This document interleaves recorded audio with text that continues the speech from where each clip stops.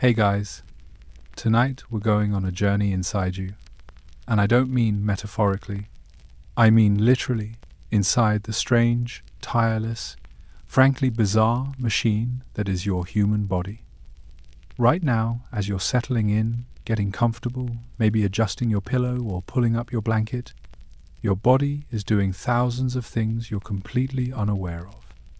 Things that would sound like science fiction if they weren't happening in every cell, every organ, every hidden corner of your biology right now. Your stomach is producing acid strong enough to dissolve metal. Your eyes are making tiny involuntary movements called microsaccades, about 3 times per second, even when you think you're staring still. Your brain is pruning memories, deciding which thoughts from today get filed away forever and which get quietly deleted like spam emails. And somewhere deep in your bones, your marrow is manufacturing about 2 million red blood cells every single second. 2 million per second. Without you having to think about it, schedule it, or even know it's happening. Before you drift off tonight, take a moment to like this video if you're curious about the hidden universe inside you. Subscribe if you want more strange science to fall asleep to, and let me know in the comments where you're listening from and what time it is right now. I'm always amazed by how many of you are scattered across time zones, all tuning in to learn about the same strange miracle, being alive. So dim the lights, get comfortable, maybe turn on a fan for that soft background hum, because tonight we're exploring the weirdest, most fascinating things your body does when you're not paying attention. Things that are happening right now, in the dark, beneath your skin, while you listen to my voice and slowly drift away. Think about it. You've lived inside your body your entire life. Every moment of consciousness, every memory you have, has been filtered through this biological vessel, and yet most of what it does remains completely invisible to you. You don't sense your kidneys balancing your blood chemistry. You can't perceive the electrical signals racing through your neurons at over 200 miles per hour, or the microscopic battles your immune system wages against invaders you'll never meet. A city of roughly 37 trillion cells, each one a living entity with its own functions, its own lifespan, its own molecular machinery. Some of these cells will live for decades. Others, like the cells lining your stomach, are replaced every few days. Right now, millions of your cells are dying, and millions more are being born. You are constantly being rebuilt, atom by atom, without ever noticing the construction. And nowhere is this hidden activity more intense than during sleep. While you lie still, while your conscious mind drifts through dreams or disappears into deep, dreamless rest, your body shifts into a different mode entirely. It's not shutting down, it's ramping up. Sleep isn't rest for your body. It's a carefully choreographed maintenance protocol, a biological reset that touches every system, every organ, every cell. Your brain, for instance, doesn't just keep running during sleep.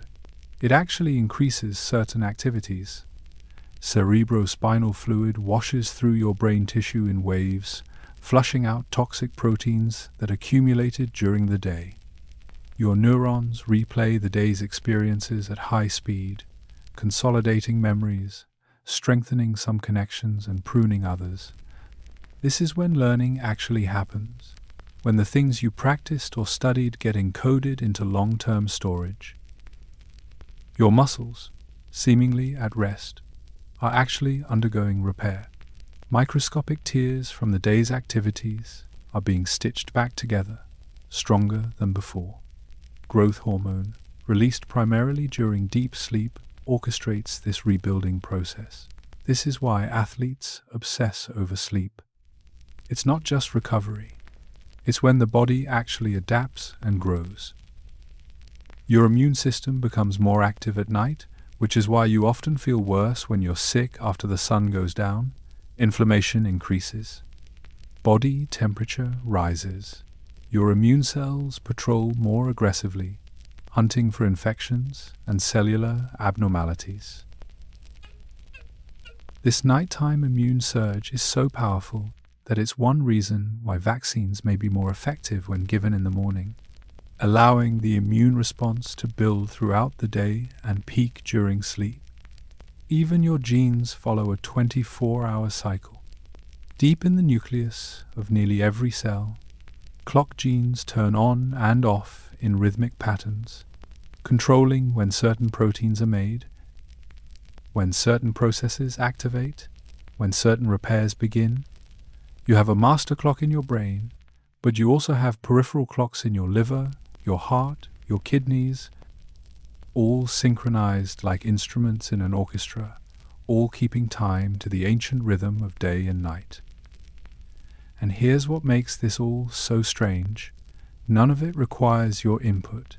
You don't have to remember to activate your immune system at night. You don't have to schedule your brain's cleaning cycle. You don't have to manually adjust your body temperature or remind your liver to process toxins. It all happens automatically, governed by systems so old they existed long before consciousness itself evolved. In fact, consciousness might be the strange outlier here. For billions of years, life existed without thought, without awareness, without the ability to ponder its own existence. Single-celled organisms managed to survive, reproduce, adapt, and thrive using nothing but automatic chemical processes. And even now, even in the most complex organism we know of, the human being, the vast majority of what keeps you alive happens beneath the threshold of awareness. Tonight, we're going to explore 15 of the weirdest, most fascinating processes happening inside you right now. Some will sound impossible. Some will seem almost magical, but all of them are real, happening constantly, and completely essential to your survival. These are the things your body does without you knowing, the hidden mechanisms that make life possible. So settle in, let your breathing slow, feel the weight of your body against the mattress, and know that beneath that stillness, beneath that quiet, you are a universe of activity, a symphony of processes, a miracle in motion. Let's begin. Your brain is not a hard drive. It doesn't store everything perfectly, catalogued and retrievable forever. Instead, every night while you sleep, your brain does something that sounds almost reckless. It deletes memories, actively, purposefully, and if it didn't, you'd probably go insane. Right now, as you listen to this, you're forming memories. The sound of my voice, the feeling of your pillow, maybe a thought about something that happened today. But here's the strange part. Most of these memories won't exist tomorrow. Not because you have a bad memory, but because your brain will intentionally erase them tonight while you sleep. It's not a malfunction. It's a feature. This process is called synaptic pruning, and it happens primarily during sleep, especially during the deeper stages. To understand it, you need to understand how memories work at the cellular level. Every experience you have, every thought you think, every sensation you feel, creates connections between neurons in your brain. These connections are called synapses, and they're where one neuron communicates with another using chemical and electrical signals. When you learn something new or have a meaningful experience, certain synapses get stronger. The neurons involved start communicating more efficiently, building what neuroscientists call a memory trace. But here's the problem. Your brain forms thousands, maybe millions of these connections every single day. Most of them are trivial. The color of a random car you passed. The third word in a sentence you heard on the radio. The feeling of your sock bunching up slightly in your shoe. If your brain kept all of this, the important memories would get lost in the noise. Imagine trying to find a single meaningful photograph in a folder containing 10 million random images. It would be impossible. So your brain has to decide what to keep and what to delete. And it makes most of these decisions while you're unconscious. During sleep, particularly during REM sleep and the transition periods between sleep stages, your brain essentially replays the day's experiences. Neurons fire in patterns similar to when you were awake, but much faster, sometimes up to 20 times the normal speed. This is your brain testing the connections, seeing which ones are strong, which ones are weak, which ones matter, and which ones can be discarded. The synapses that were used repeatedly during the day, the ones tied to important or emotional experiences, get reinforced. The connections strengthen. These memories get transferred from the hippocampus, where short-term memories are initially stored, to the cortex, where long-term memories live. This is consolidation, and it's why a good night's sleep after studying or practicing something new makes such a dramatic difference. You're not just resting, you're literally rewiring your brain to remember better. But the synapses that were barely used, the connections that don't seem important, get weakened. Some are down-regulated, meaning they become less responsive. Others are eliminated entirely. The cellular machinery that supported these connections gets broken down and recycled. The proteins that form the synapse get tagged for destruction and cleared away. The memory disappears as if it never existed. This might sound like a loss, but it's actually essential. Studies have shown that people who don't get enough sleep, especially deep sleep, struggle to form new memories the next day.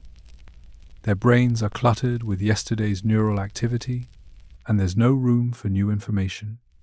It's like trying to write on a whiteboard that's already covered in scribbles. You need to erase the old stuff to make space for the new. There's another process happening simultaneously, and it's even stranger. While your neurons are being pruned, your brain is also being physically washed. Scientists discovered relatively recently that during sleep, cerebrospinal fluid flows through your brain in waves, flushing out metabolic waste products that accumulated during the day. This system is called the glymphatic system, and it's most active when you're in deep sleep. One of the substances being cleared out is beta amyloid, a protein that, when it builds up, is associated with Alzheimer's disease and cognitive decline. Every hour you spend awake, beta amyloid accumulates in your brain. Every hour you spend in deep sleep, it gets washed away. This is one reason why chronic sleep deprivation is so dangerous. You're not just tired. You're allowing toxic proteins to accumulate in your brain, potentially setting the stage for neurodegeneration decades later. The brain's nighttime cleaning crew doesn't just remove waste.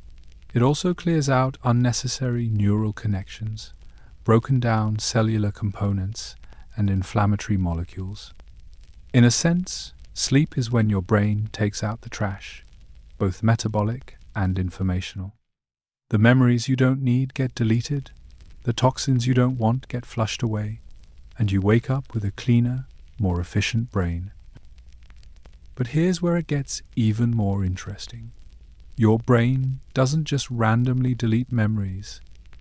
It seems to use a sophisticated algorithm to decide what stays and what goes. Emotional memories are more likely to be preserved. So are memories tied to survival, novelty, or repetition. If you experienced something once and it didn't matter much, it's probably getting pruned tonight.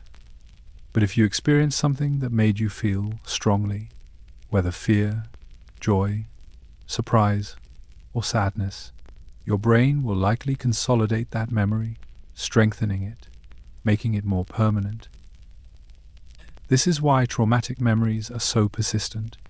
The emotional intensity signals to your brain that this information is critical for survival. The synapses involved get reinforced again and again during sleep, sometimes to the point where the memory becomes intrusive, replaying involuntarily. This is part of what happens in post-traumatic stress disorder. The brain's memory consolidation system gets stuck in overdrive, unable to let go of experiences that need to be processed and released. On the other end of the spectrum, this is also why mundane days blur together. If nothing particularly novel or emotional happens, your brain treats most of the day's experiences as disposable. The synapses weaken, the connections fade. You might remember the general shape of the day, but the details vanish. This is normal. This is healthy. Your brain is conserving resources, making sure you have plenty of neural capacity for the things that actually matter. Dreams, strange and vivid as they are, might be part of this process. Some researchers believe that dreams are the subjective experience of memory consolidation, the conscious perception of your brain sorting through the day's experiences, testing connections, and deciding what to keep. The bizarre narratives, the impossible logic, the sudden shifts in scene, all of it might be the result of your neurons firing in rapid, fragmented patterns as they replay and reorganize information. Other researchers think dreams serve a different function, that they're a kind of overnight therapy, helping you process emotions and integrate difficult experiences into your sense of self. But almost everyone agrees that the vivid, narrative-rich dreams of REM sleep are deeply connected to memory processing. When you wake up from a dream, you're waking up from your brain's nighttime editorial session, where it's been deciding which parts of your life are worth remembering and which can be quietly erased. So tonight, as you drift off, know that your brain is about to begin its cleaning protocol. Synapses will be tested. Connections will be strengthened or dismantled. Waste products will be flushed away. And by morning, you'll wake up with a slightly different brain than the one you went to sleep with. Cleaner, more organized, and ready to form new memories. The ones from today that didn't make the cut will simply be gone, erased in the dark, deleted without ceremony. And while your brain is busy forgetting, it's also busy doing something else entirely. Your cells are eating themselves right now, not in a destructive, disease-driven way, but in a carefully controlled process that's keeping you alive. It's called autophagy, which literally translates from Greek as self-eating, and it's one of the most important maintenance systems your body has. Without it, you'd accumulate so much cellular garbage that you'd age faster, get sicker, and probably die much younger than you're supposed to. Here's how it works. Inside every one of your cells, there's a constant flow of activity. Proteins are being built, organelles are functioning, energy is being produced, waste is being generated. It's like a tiny factory that never shuts down. But just like any factory, things break. Proteins misfold and become useless or even toxic. Mitochondria, the powerhouses of your cells, get damaged and start leaking harmful molecules.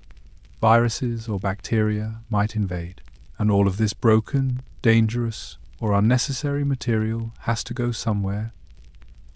Your cells can't just throw this stuff out the window. They have to deal with it internally, and that's where autophagy comes in.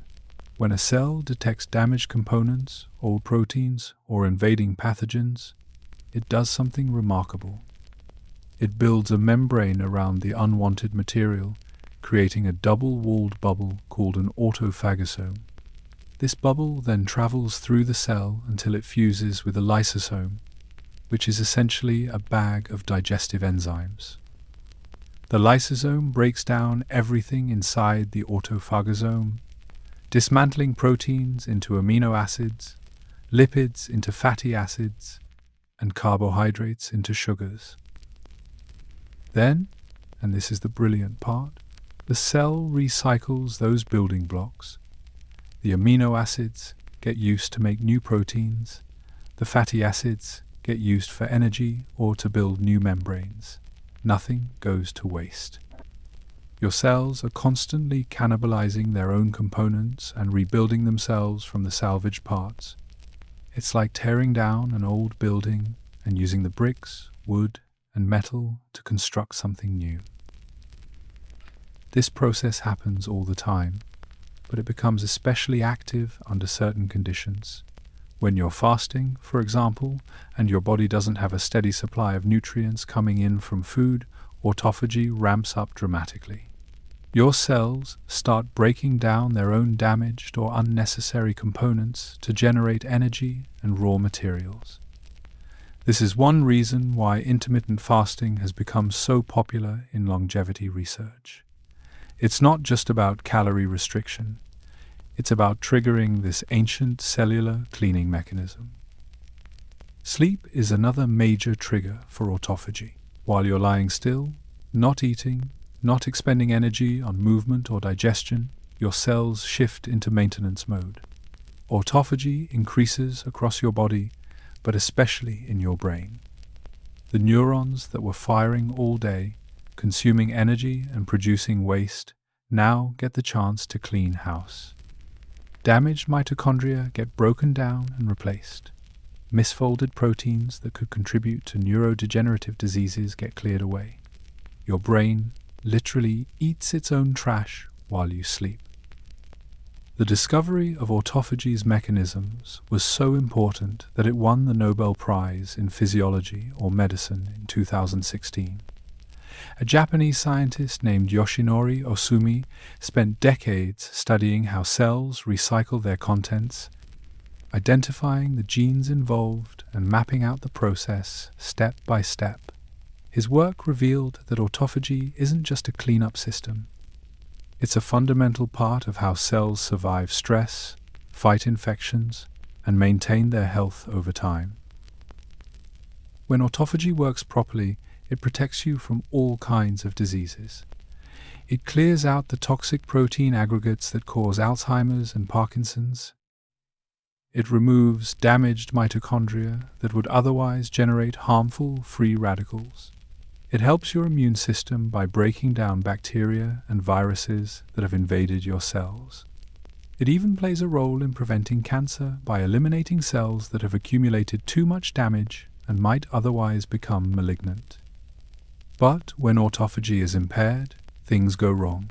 Cells accumulate junk they can't get rid of, inflammation increases, metabolic problems develop, aging accelerates. This is why researchers are so interested in finding ways to boost autophagy, whether through fasting, exercise, certain medications, or lifestyle interventions. The idea is that if you can keep your cells cleaning themselves efficiently, you can slow down the aging process and reduce your risk of age-related diseases. There's something almost poetic about the fact that your cells need to consume themselves to stay healthy. It sounds contradictory, but it makes perfect sense when you think about it. Nothing lasts forever, not even the components of your own cells. Proteins have a limited lifespan. Organelles wear out. If your cells just kept accumulating this broken machinery without getting rid of it, they'd eventually become so clogged with debris that they couldn't function. Autophagy is your body's way of embracing impermanence. It acknowledges that everything breaks down eventually and turns that breakdown into an opportunity for renewal. The old makes way for the new. The damaged gets recycled into the functional. It's a constant cycle of death and rebirth happening at the microscopic level, billions of times per second, in every tissue of your body. And here's the strange part. You have no control over this. You can't consciously trigger autophagy in a specific cell or decide which proteins to break down. It all happens automatically, governed by ancient molecular pathways that evolved long before complex organisms even existed. Single-celled organisms were recycling their components billions of years ago, and that same basic mechanism is still running in your cells today, unchanged in its essential logic. The triggers are simple and primal. No food? Start breaking down internal components for energy, cellular damage detected, isolate it, and recycle it. Infection present? Trap the invaders and digest them.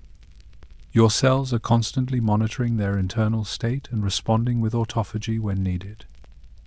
It's an automatic survival system, like breathing or heart rate regulation, operating below the level of consciousness, but absolutely essential to your continued existence.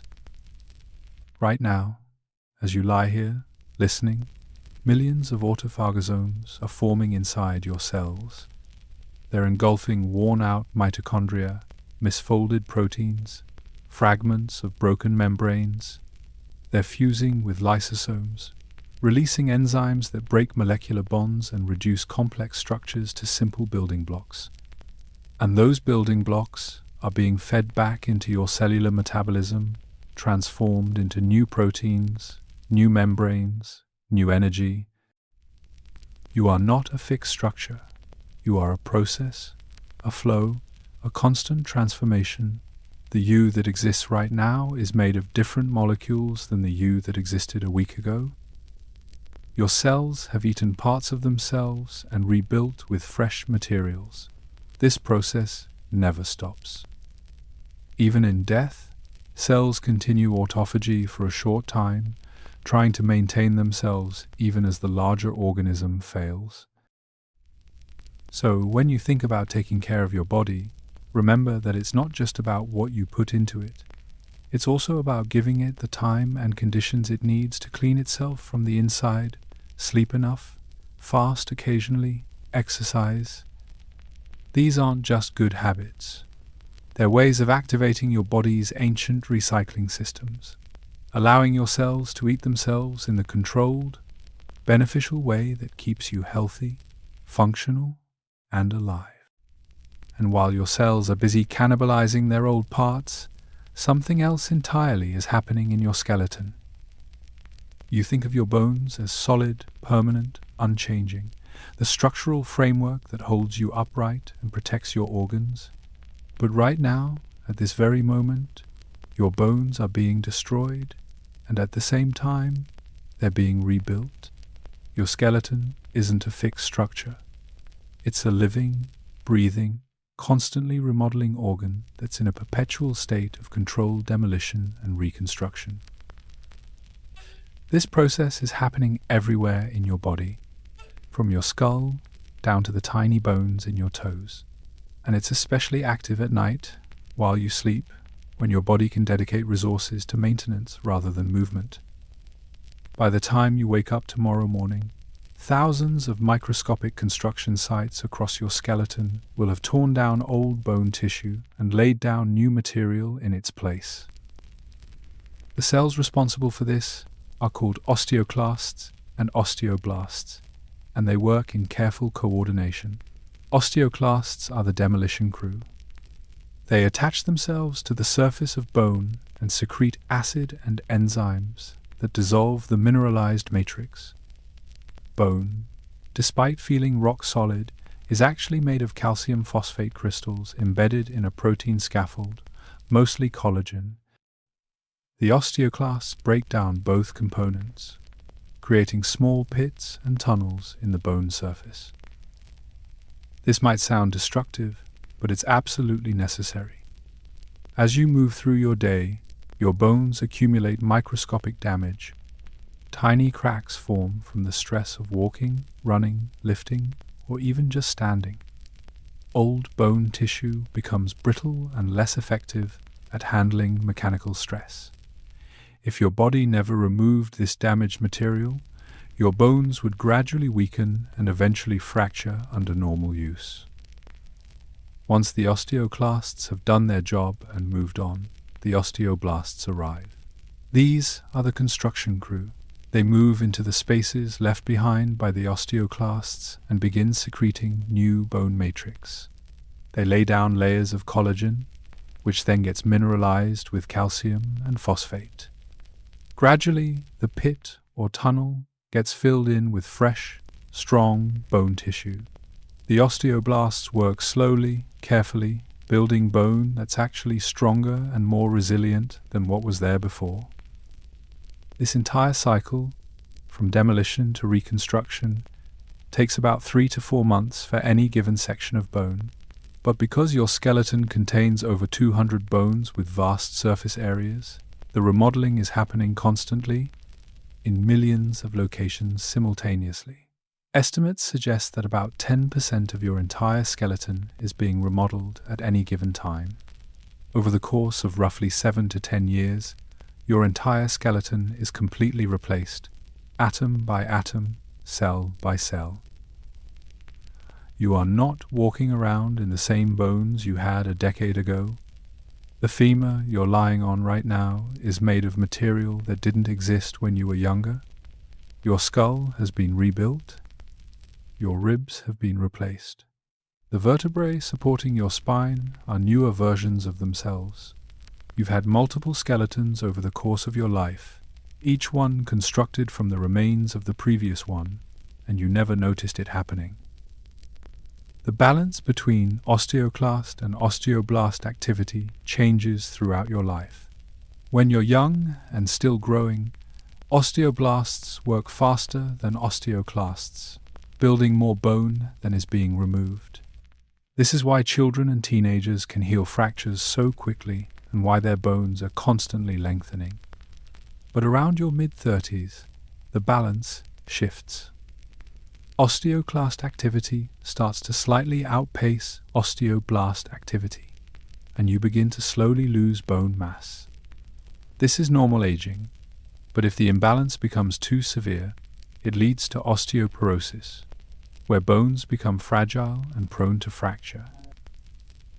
Sleep plays a crucial role in maintaining this balance.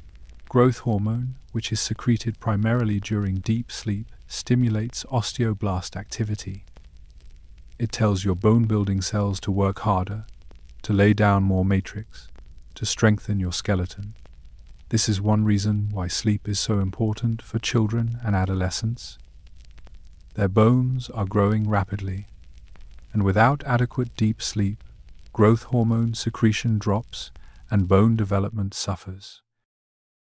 But even in adults, even after you've stopped growing taller, growth hormone during sleep continues to support bone remodeling.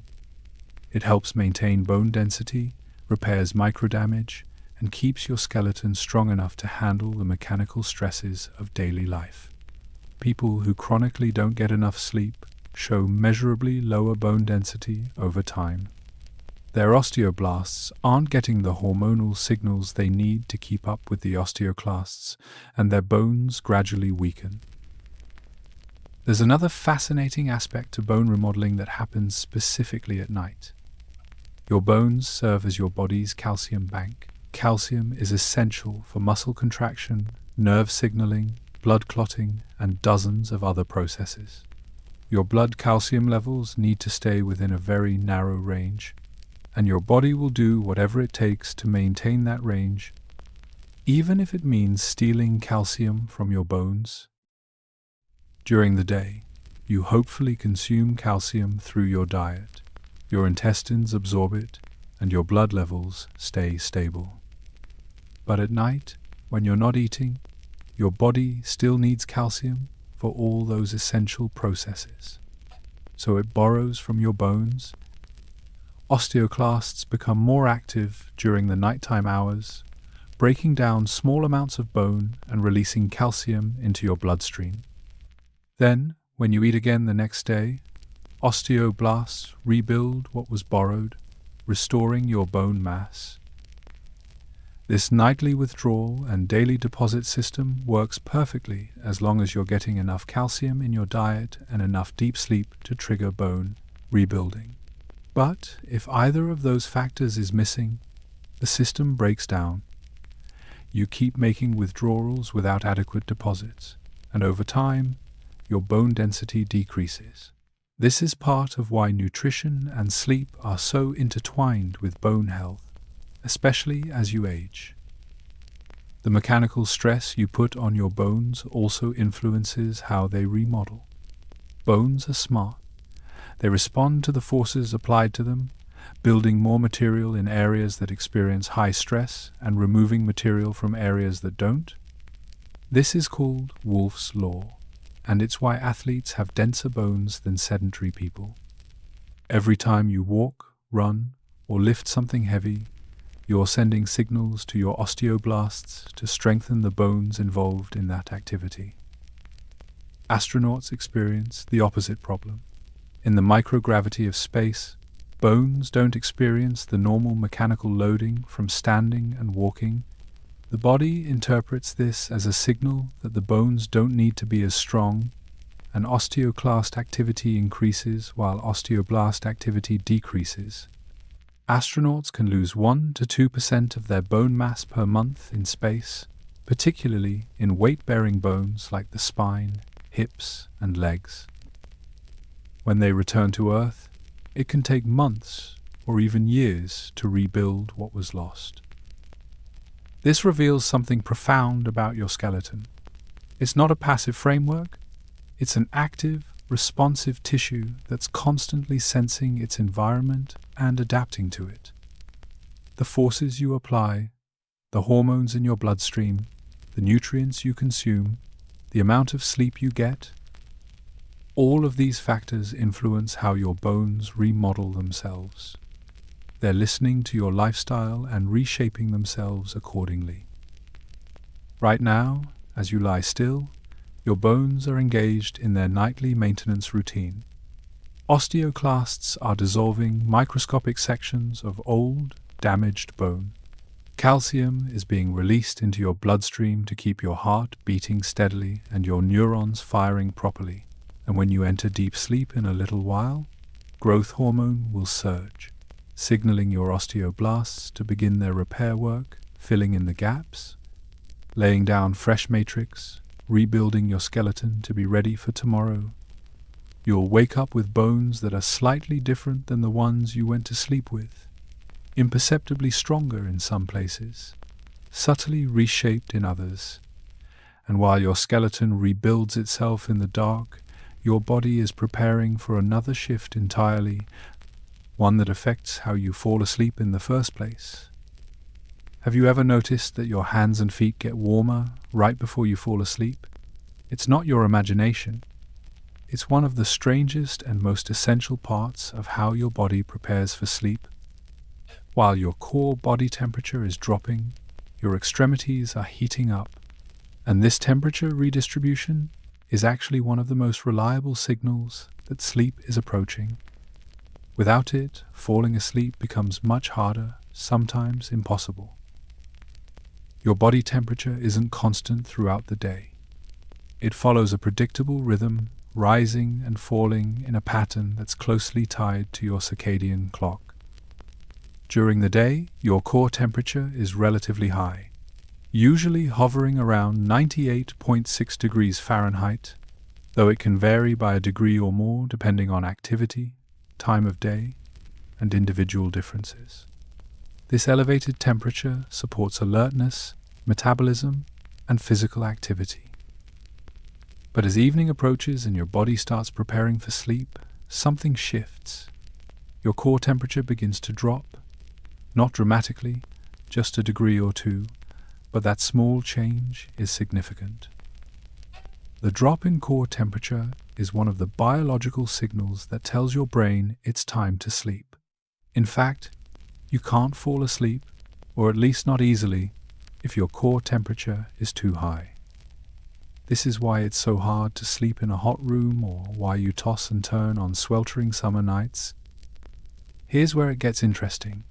Your body doesn't cool down by somehow generating less heat internally. Your metabolism is still running, your organs are still working, heat is still being produced. Instead, your body cools itself by redistributing heat from your core to your skin, particularly to your hands, feet, and face.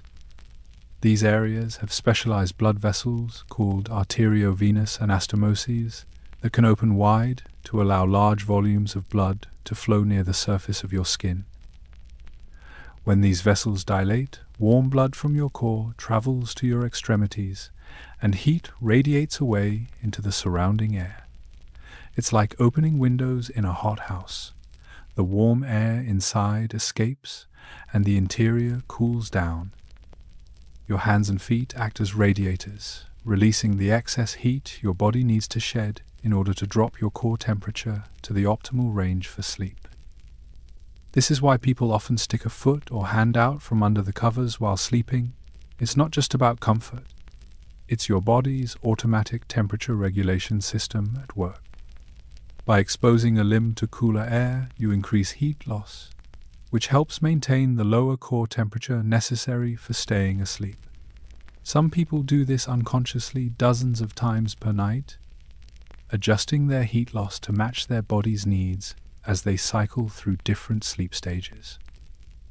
The drop in core temperature doesn't just help you fall asleep, it also affects the quality and structure of your sleep. Deep sleep, the most restorative stage, occurs primarily when your core temperature is at its lowest point, usually in the early morning hours, a few hours before you wake up. If your body can't achieve that temperature drop, either because the room is too warm or because your thermoregulation system isn't working properly, you'll spend less time in deep sleep and more time in lighter, less restorative stages.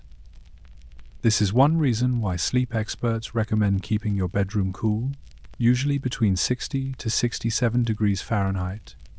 A cooler environment makes it easier for your body to shed heat and lower your core temperature. It's not about being cold. It's about creating an environment that supports your body's natural cooling process. If the room is too warm, your thermoregulation system has to work harder, and you're more likely to wake up during the night or sleep more lightly. Interestingly, this temperature regulation process is closely tied to melatonin, the hormone that signals to your body that it's nighttime. Melatonin doesn't just make you feel sleepy. It also triggers the dilation of those blood vessels in your hands and feet, initiating the heat loss process. This is why melatonin levels start rising a couple of hours before your usual bedtime. Your body is preparing in advance, gradually shifting into sleep mode by adjusting your internal temperature. People with insomnia often have disrupted thermoregulation. Studies have shown that insomniacs tend to have higher core body temperatures at night and less efficient heat loss through their extremities. Their hands and feet stay cooler while their core stays warmer, the opposite of what should happen. This makes it harder for their bodies to initiate and maintain sleep. Some researchers believe that helping insomniacs improve their nighttime thermoregulation through methods like wearing socks to bed or taking a warm bath before sleep might improve their sleep quality. The warm bath might seem counterintuitive. Wouldn't heating up your body make it harder to sleep? But the effect is actually the opposite. When you immerse yourself in warm water, your core temperature rises temporarily. Then, when you get out, your body activates its cooling mechanisms aggressively, dilating blood vessels and radiating heat. The result is a faster and more pronounced drop in core temperature, which can help trigger sleepiness. The key is timing. Taking the bath about 90 minutes before bed gives your body time to go through this warming and cooling cycle. This temperature dance continues throughout the night. Your core temperature reaches its lowest point around 4 or 5 in the morning, then begins to rise again as your body prepares to wake up. The rising temperature is one of the signals that tells your brain that morning is approaching and it's time to shift from sleep to wakefulness. This is controlled by your circadian clock, which anticipates the dawn and starts warming your body in advance. The temperature rhythm is so deeply embedded in your biology that it persists even in the absence of external time cues. If you were placed in a cave with no light, no clocks, and no way to tell time, your body temperature would still rise and fall in a roughly 24-hour pattern. It might drift slightly, becoming a 24-and-a-half-hour cycle or something similar, but the basic rhythm would remain. This is because temperature regulation is controlled by the same master clock in your brain that governs your sleep-wake cycle, your hormone release, and dozens of other biological processes. Disruptions to this temperature rhythm have real consequences. Shift workers, who have to sleep during the day when their body temperature is naturally high, often struggle with poor sleep quality. Their bodies are fighting against the circadian signal that says it's time to be awake, active, and warm. Jet lag causes similar problems. When you fly across time zones, your body temperature rhythm takes several days to adjust to the new schedule, which is why you feel groggy and sleep poorly until your internal clock resets. Even small disruptions can matter.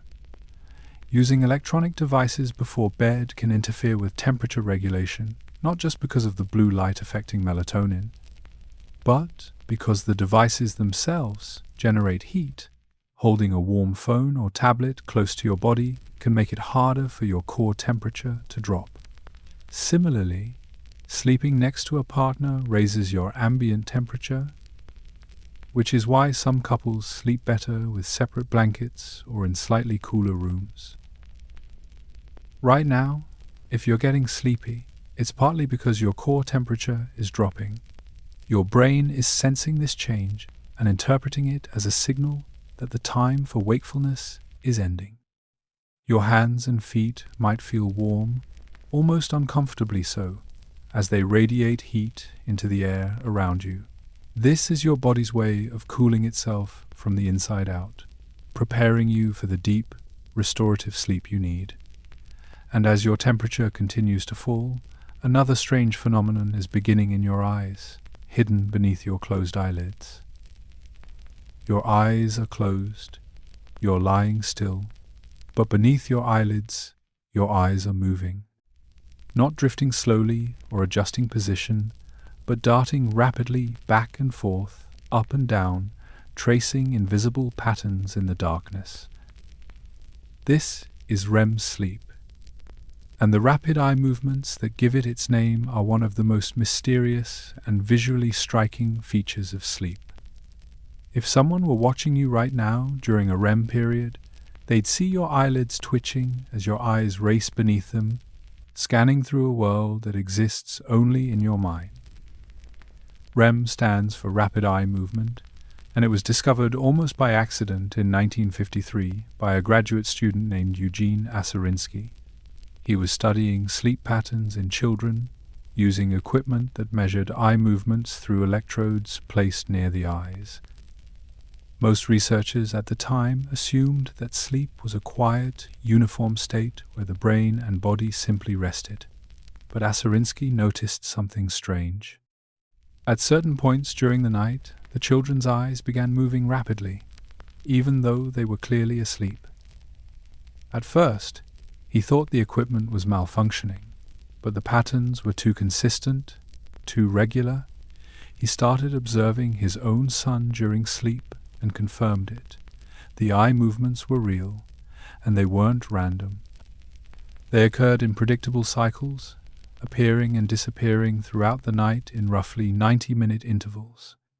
When he woke people during these periods of rapid eye movement, they almost always reported having vivid, narrative-rich dreams. When he woke them during other stages of sleep, dreams were less common and less detailed. This discovery revolutionized sleep science. It revealed that sleep wasn't a single uniform state, but a complex cycle of different stages, each with its own distinct brain activity, physiology, and purpose. REM sleep, it turned out, was when most of the vivid, story-like dreams occurred. The eyes were moving as if watching the dream unfold, tracking the action in the imaginary scene. But here's the question that still fascinates researchers. Why do the eyes move at all? If the dream is happening entirely in your brain, why would your eyes need to move to see it? You're not actually looking at anything external. The visual experience is being generated internally by your visual cortex, creating images without any input from your eyes. So what's causing the movement? One theory is that the eye movements are directly linked to the visual content of your dreams. When you dream about looking at something, your brain sends signals to your eye muscles, just as it would if you were awake and actually looking.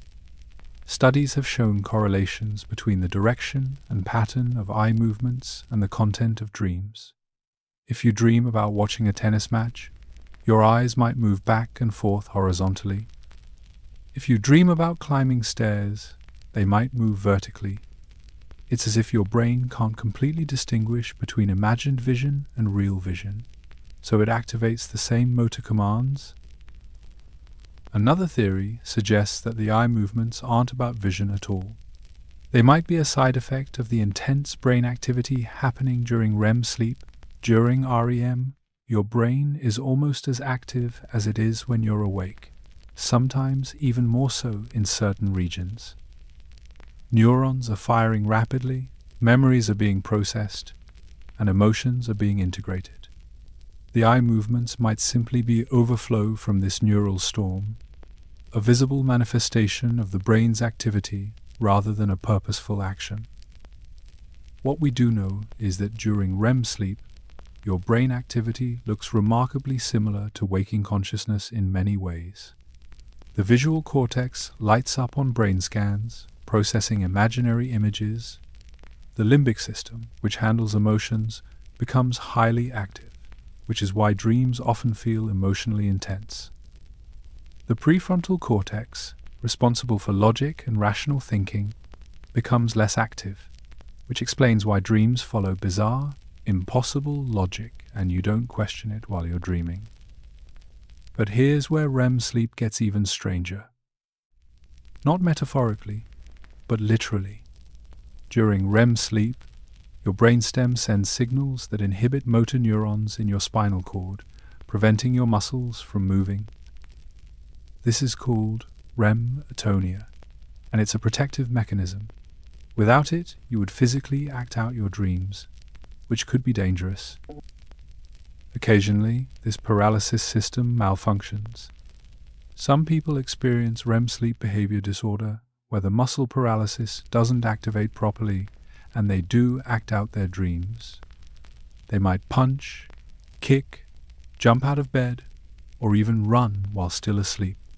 It's dangerous for them and anyone sleeping nearby, and it's often treated with medication to suppress REM sleep or reinforce the paralysis mechanism. On the flip side, sometimes the paralysis lingers too long. You wake up before your brainstem has fully restored muscle control, and you experience sleep paralysis. You're conscious, aware of your surroundings, but completely unable to move. This can be terrifying, especially because it's often accompanied by vivid hallucinations, a leftover from the dream state bleeding into waking consciousness. Your brain is caught between two states, partially dreaming and partially awake, and the result is a disturbing sense of being trapped in your own body. The paralysis during REM is so complete that even the muscles responsible for breathing are affected. Though not entirely, your diaphragm continues to work, but your breathing becomes irregular, shallow, and sometimes pauses briefly. Heart rate and blood pressure fluctuate. In some ways, REM sleep is more physiologically demanding than being awake. Your body is in a state of controlled chaos, caught between rest and activation. Infants spend about 50% of their sleep time in REM, much more than adults. This has led researchers to believe that REM sleep plays a crucial role in brain development. During REM, neural connections are being formed and strengthened at a rapid pace. The intense brain activity might be helping to wire the developing brain, establishing the pathways that will later support vision, movement, language, and thought. As you age, the percentage of REM sleep decreases. Adults typically spend about 20 to 25% of their sleep in REM, and elderly adults often have even less. The timing of REM sleep also changes throughout the night. Your first REM period, which usually occurs about 90 minutes after you fall asleep, is brief, lasting only 5 to 10 minutes. But as the night progresses, REM periods get longer. By the final sleep cycle before you wake up, you might spend 30 minutes or more in REM. This is why your most vivid, memorable dreams often happen in the early morning hours. Your brain is spending extended time in that dream-rich state, weaving elaborate narratives that can feel more real than reality. Dreams during REM sleep aren't just random noise. They seem to serve a purpose, though researchers still debate exactly what that purpose is. Some believe dreams are how the brain processes emotions, working through feelings and experiences in a safe, simulated environment. Others think dreams help consolidate memories, integrating new information with existing knowledge. Still others suggest dreams are a kind of threat simulation, allowing you to practice responses to dangerous situations without real-world consequences. What's clear is that REM sleep is essential.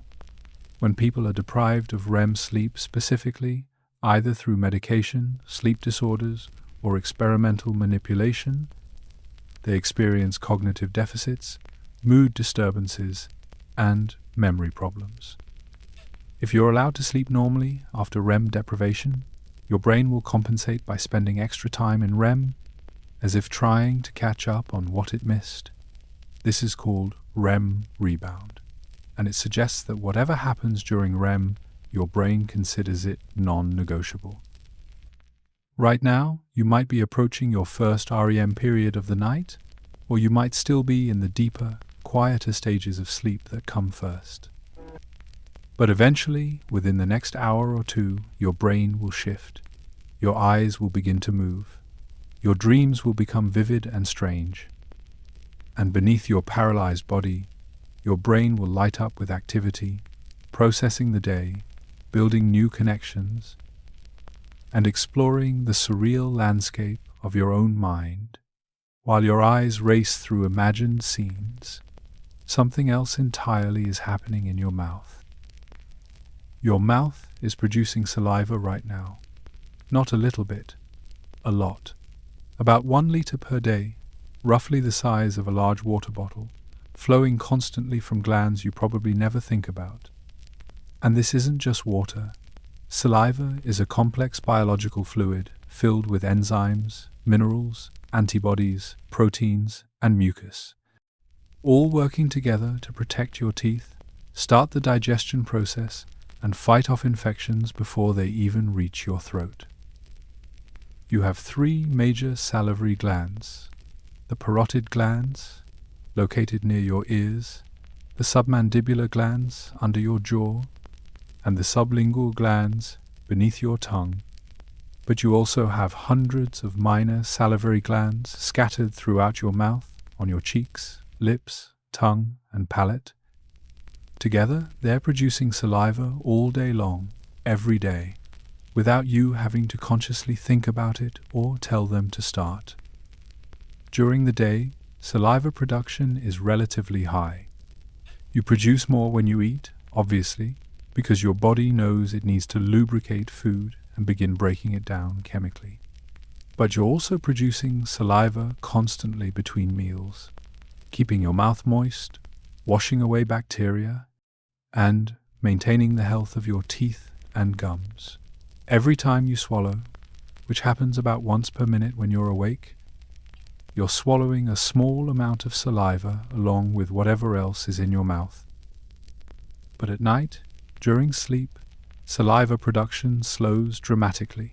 Your salivary glands don't shut down completely, but they shift into a lower gear, producing much less fluid than they do during waking hours.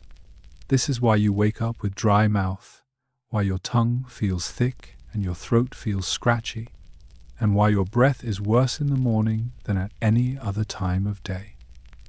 Your mouth has been sitting relatively dry for hours, and bacteria have had a chance to multiply without being constantly washed away.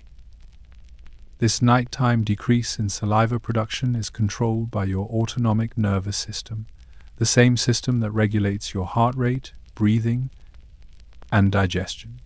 During sleep, your parasympathetic nervous system is dominant, which generally promotes rest and recovery. But for some reason, it also reduces saliva flow. The exact evolutionary reason isn't entirely clear, but it might be related to energy conservation. Producing saliva requires resources, water, proteins, and minerals, and your body might be prioritizing other maintenance processes during sleep. The composition of saliva is surprisingly complex. It's about 99% water, but that remaining 1% is packed with functional molecules. There are enzymes like amylase, which starts breaking down starches into sugars right in your mouth, long before food reaches your stomach. There are antimicrobial proteins like lysozyme and lactoferrin, which attack bacteria and fungi, preventing infections. There are immunoglobulins, antibodies that your immune system deploys to neutralize pathogens before they can establish a foothold.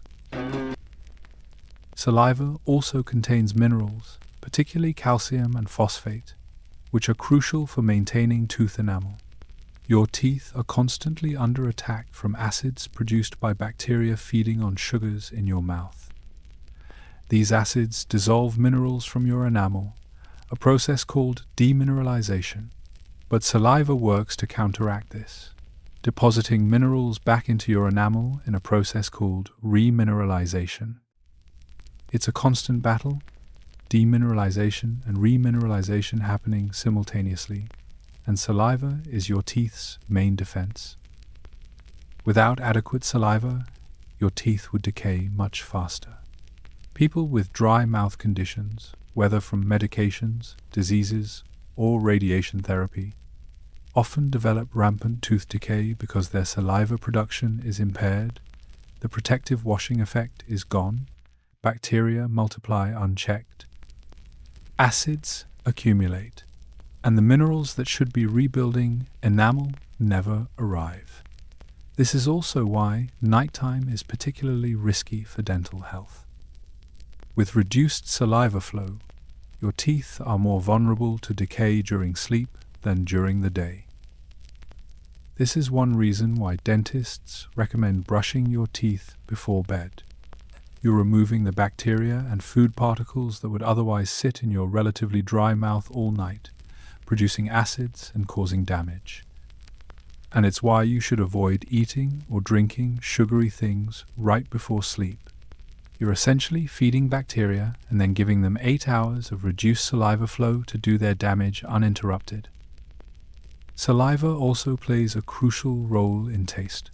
The chemicals in food need to be dissolved in liquid before they can interact with taste receptors on your tongue. Saliva provides that liquid. When your mouth is dry, food tastes duller, less flavorful.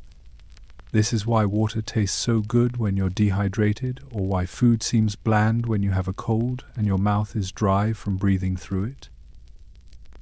There's another strange feature of saliva that most people notice but never really think about. It's slightly alkaline, with a pH between 6.2 and 7.6. This alkalinity helps neutralize acids in your mouth, whether from food, beverages, or bacterial metabolism. When you drink something acidic like soda or orange juice, your saliva immediately starts working to bring your mouth's pH back to neutral, protecting your teeth from prolonged acid exposure. The texture of saliva changes depending on which glands are producing it. The parotid glands produce a watery, serous saliva that's rich in enzymes. The sublingual and submandibular glands produce a thicker, more mucus-rich saliva that's better for lubrication. Throughout the day, the mix changes depending on what you're doing. When you're eating, you get more of the watery, enzyme-rich type. When you're not, you get more of the thick, protective type. It's all calibrated automatically based on your body's needs at any given moment. Now, let's talk about drooling. It happens during sleep when the muscles around your mouth relax so much that they can't contain the saliva pooling inside. Normally, even during sleep, You swallow periodically to clear saliva. But sometimes, especially during deep sleep or when sleeping in certain positions, the swallowing reflex doesn't trigger frequently enough, and saliva leaks out. This is completely normal, though admittedly a bit embarrassing if you wake up to find a wet spot on your pillow. Drooling is actually more common during deep sleep and REM sleep, the stages where muscle relaxation is most profound. It's also more common when you sleep on your side or stomach, positions where gravity works against you, pulling saliva toward the opening of your mouth. Some people drool more than others, and it can be influenced by nasal congestion, which forces mouth breathing and changes the dynamics of how saliva pools in the mouth. Interestingly, certain medications can increase saliva production, while others decrease it. Antidepressants, antihistamines, and many other common drugs cause dry mouth as a side effect by interfering with the signals that tell salivary glands to produce fluid. On the other hand, some medications and even certain medical conditions can cause excessive salivation, leading to constant drooling or the need to spit frequently. The amount of saliva you produce over a lifetime is staggering. If you produce about 1 liter per day, that's roughly 365 liters per year. Over an 80-year lifespan, you're producing nearly 30,000 liters of saliva. That's enough to fill a small swimming pool, and every drop of it has been working silently, constantly, to keep your mouth healthy, your teeth intact, your food digestible, and your infections at bay. Right now, even as you lie here quietly, your salivary glands are working. The flow has slowed, but it hasn't stopped. Preparing to be swallowed in a few moments when your swallowing reflex triggers automatically. You're not thinking about it, but it's happening, one of thousands of processes maintaining you in the background of consciousness. And while your mouth produces its slow nighttime trickle, something far more powerful is churning below. Your stomach is filled with acid right now. Not just any acid, but hydrochloric acid, one of the strongest corrosive substances in the natural world. The pH level in your stomach can drop as low as 1 to 2, which is approximately the same acidity as battery acid. If you spilled stomach acid on your skin, it would burn. If you dropped a piece of metal into it, the metal would slowly dissolve. And yet, this incredibly powerful acid sits inside you, churning constantly, without ever digesting the stomach itself. This is one of the most remarkable feats of biological engineering in your entire body.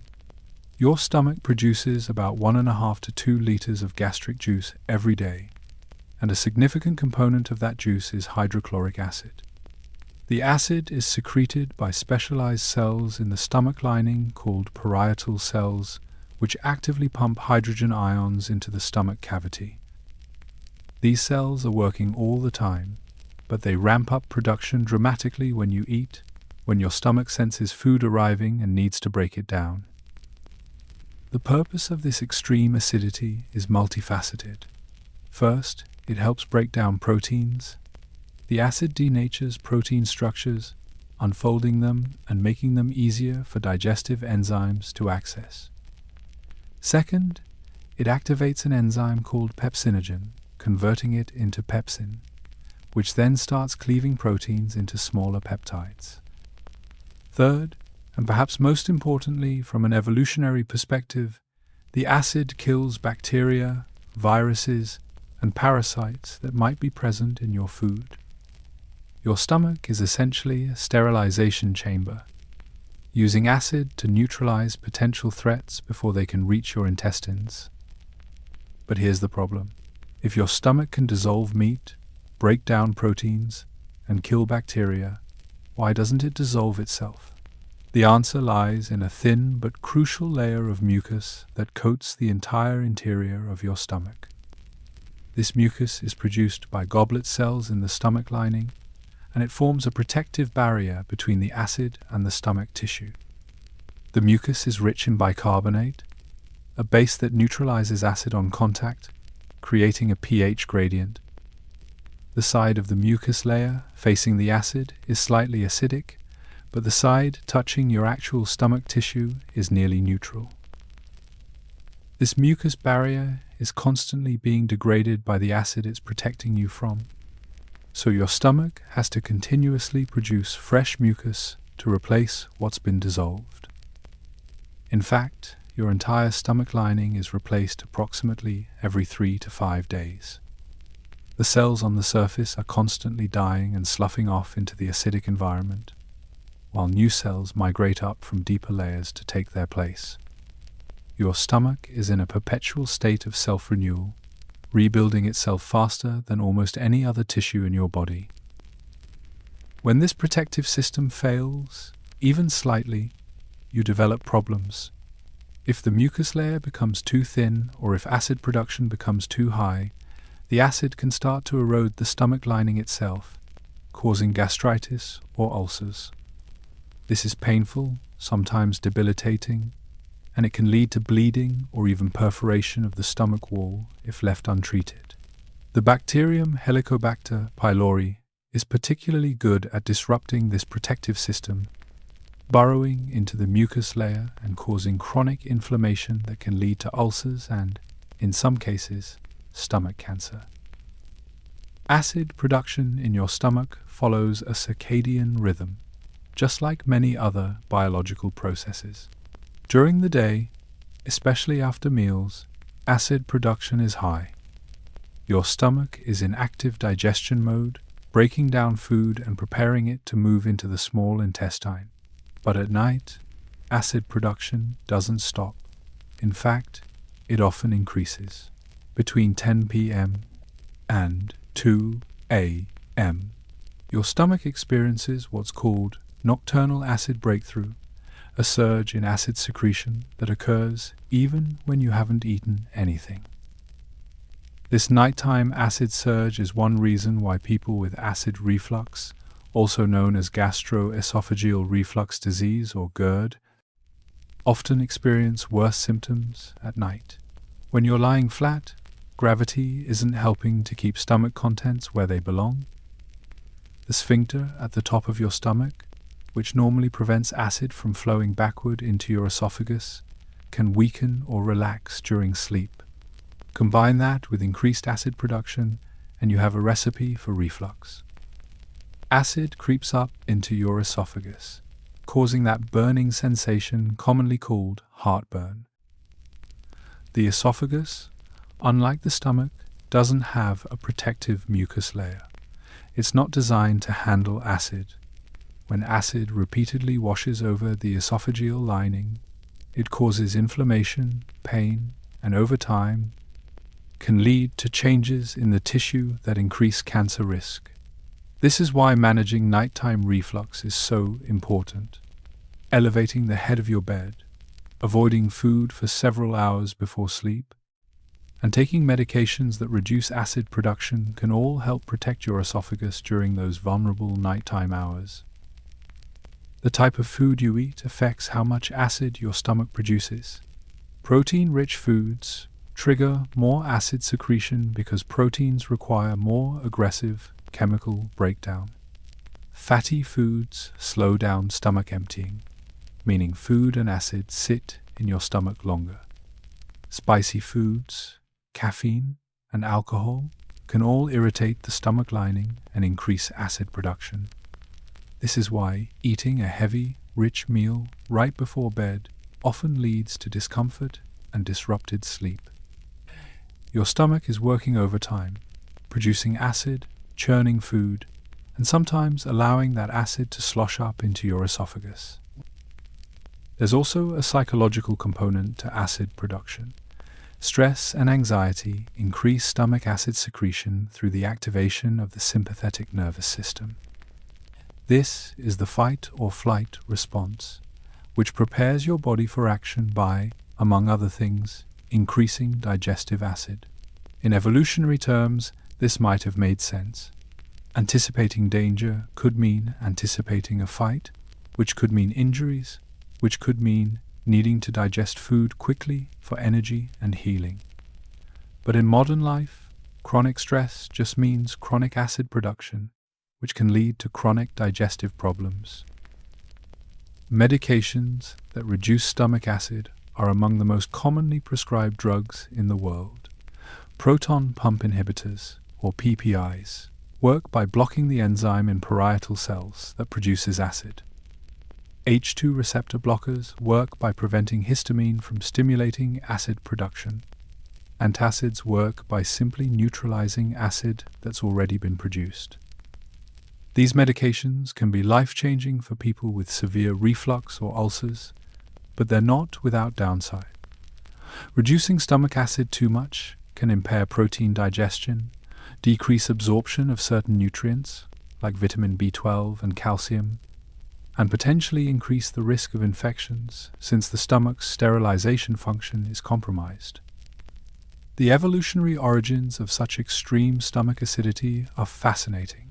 Humans and other scavengers have particularly acidic stomachs compared to herbivores or animals that eat primarily fresh food.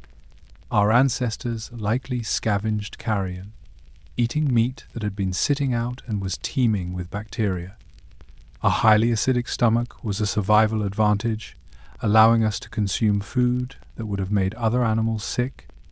Even today, stomach acid is your first line of defense against foodborne illness, killing most pathogens before they reach your intestines. Right now, as you lie here in the dark, your stomach is producing acid. Maybe not as much as it would if you'd just eaten, but the parietal cells are still active, still pumping hydrogen ions into the gastric cavity. The mucus layer is still protecting your stomach lining, still being secreted and dissolved and secreted again in an endless cycle. And if you're lucky, if your sphincter is holding strong and your stomach is relatively empty, that acid is staying exactly where it belongs, contained in its corrosive chamber, doing its job without bothering the rest of you. But while acid churns in your stomach, something equally strange is happening above. You are taller in the morning than you are at night. Not by much, but measurably. Most people shrink by about 1 to 2 centimeters over the course of a day, then regain that height while they sleep. Right now, as you lie horizontal, your spine is expanding, your vertebrae are spacing out, and by the time you stand up tomorrow morning, you'll be slightly taller than you were when you went to bed. This daily height fluctuation is so consistent that if you want to know your true maximum height, you should measure yourself first thing in the morning, before gravity has had a chance to compress you. The reason for this comes down to the structure of your spine, your vertebrae. The individual bones that stack up to form your spinal column are separated by intervertebral discs. These discs are not solid bone. They're made of tough, fibrous cartilage on the outside and a gel-like substance called the nucleus pulposus on the inside. Think of them as biological shock absorbers, cushions that allow your spine to bend, twist, and flex while also absorbing the impact of walking, running, and jumping. These discs are about 70 to 90% water, and that water content changes throughout the day. When you're upright, standing or sitting, gravity compresses your spine. Your body weight pushes down on your vertebrae, which in turn squeeze the intervertebral discs. This compression forces water out of the discs, gradually dehydrating them. The water is squeezed into the surrounding tissues, and the discs become thinner, flatter, slightly less plump. Multiply this small compression across all the discs in your spine, and you end up measurably shorter by evening. But when you lie down, gravity is no longer pressing your spine into compression. The load is distributed evenly across your back, and the pressure on your intervertebral discs drops dramatically.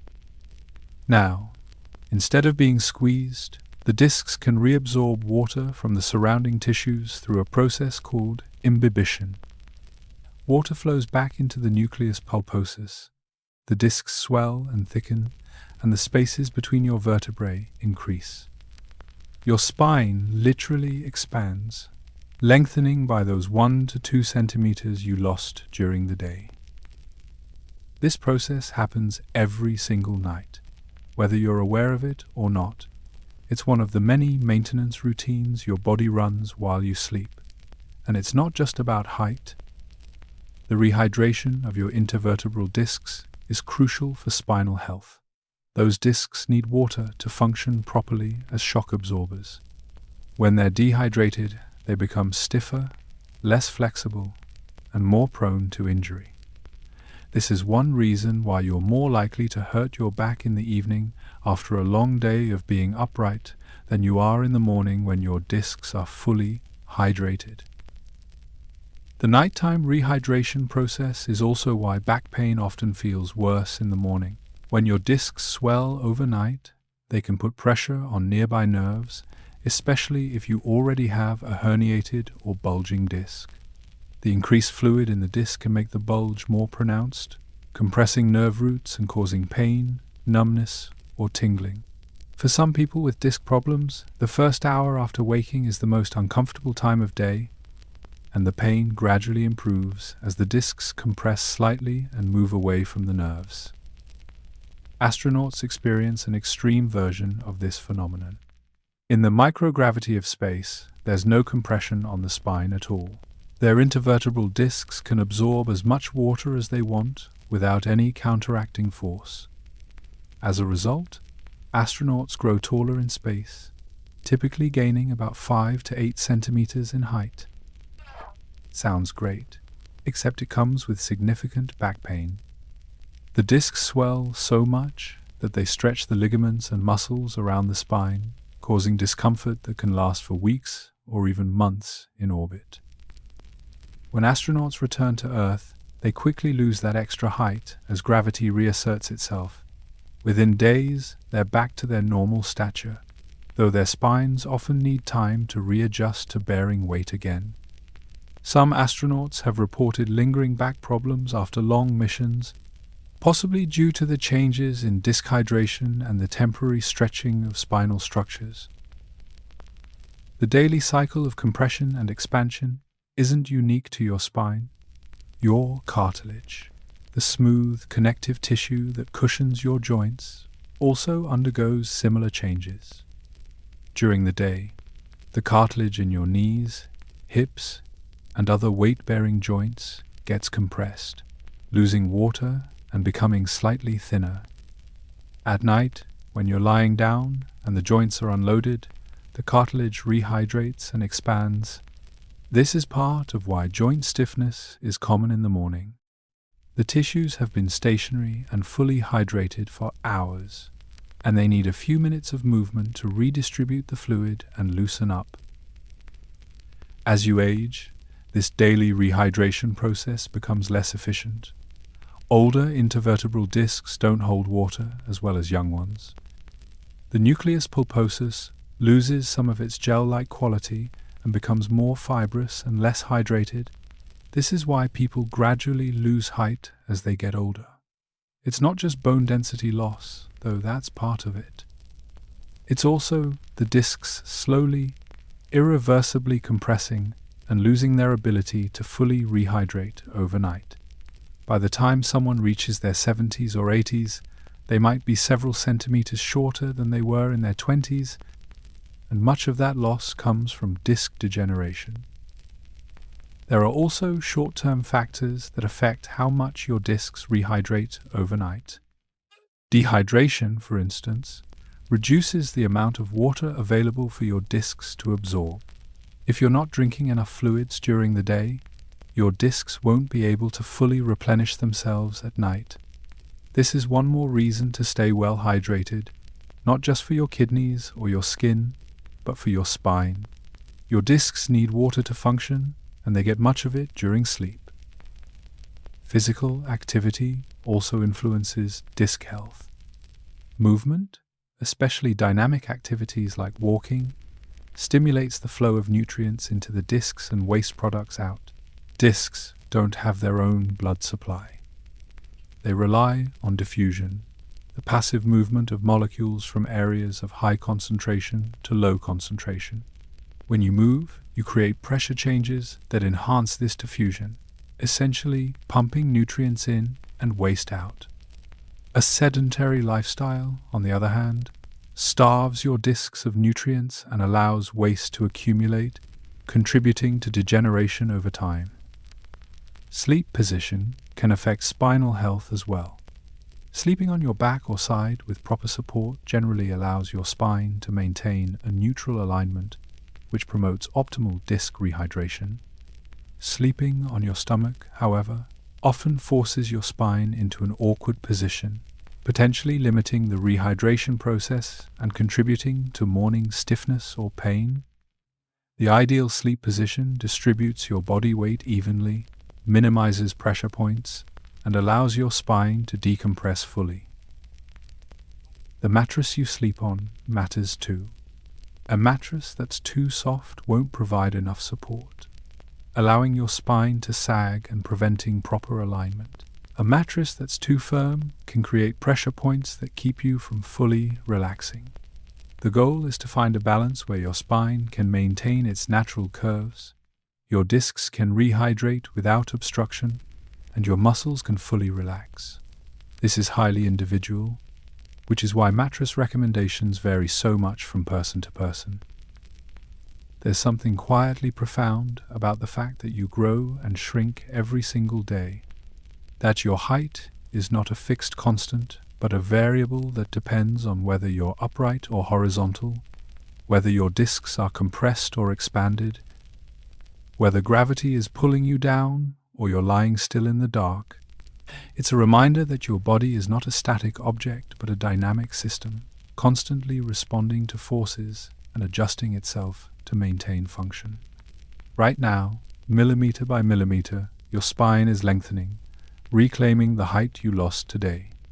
And while your vertebrae space out in the darkness, something else is shifting as well, something you can't feel but can't escape. Your pupils are moving right now, even if your eyes are closed, even if you think they're perfectly still. These movements are called pupillary oscillations, and they happen constantly, involuntarily, without your awareness or permission. Your pupils dilate and constrict in tiny rhythmic cycles, responding to signals from your autonomic nervous system, adjusting to internal states you're barely conscious of. And beyond that, your pupils are revealing things about you that you might not want anyone to know.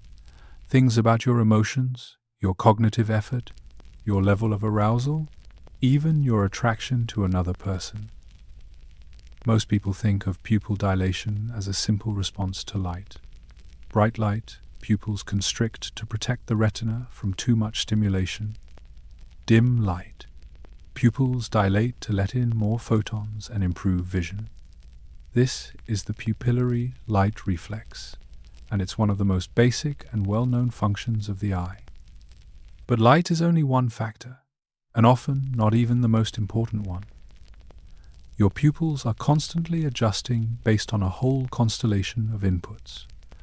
Your emotional state, your mental effort, your alertness, your autonomic nervous system activity. The muscles that control pupil size are tiny but remarkably powerful. The iris, the colored part of your eye, contains two sets of smooth muscles. The sphincter pupillae is a ring of muscle fibers that constricts the pupil, making it smaller. The dilator pupillae is a set of radial muscle fibers that pull the pupil open, making it larger.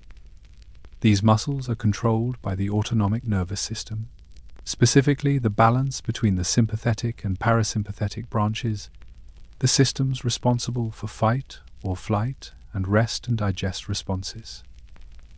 When you're calm and relaxed, your parasympathetic nervous system is dominant, and your pupils tend to be smaller. When you're stressed, excited, or aroused, your sympathetic nervous system kicks in, and your pupils dilate. This happens automatically, faster than conscious thought. You can't control it directly. You can't tell your pupils to stay small when you're nervous or to stay large when you're calm. They betray your internal state whether you want them to or not. Psychologists and researchers have known about this for decades, and they've used pupil dilation as a window into the mind. Studies have shown that pupils dilate when people solve difficult mental problems, reflecting the cognitive effort involved. The harder the problem, the more the pupils dilate. When the solution clicks and the effort drops, the pupils constrict again. This happens even when the lighting conditions stay exactly the same. Your pupils are responding not to what you're seeing, but to what you're thinking. Emotional arousal also causes pupil dilation. When you see something that excites you, frightens you, or attracts you, your pupils widen.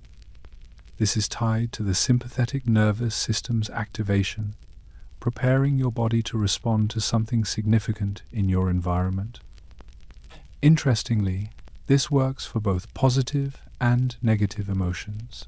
Fear dilates your pupils, so does sexual attraction.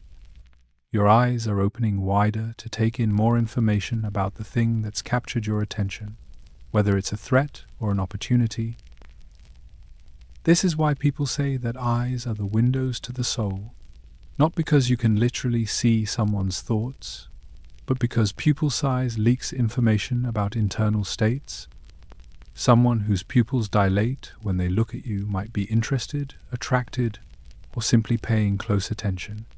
Someone whose pupils stay small might be disengaged, uncomfortable, or trying to shut you out.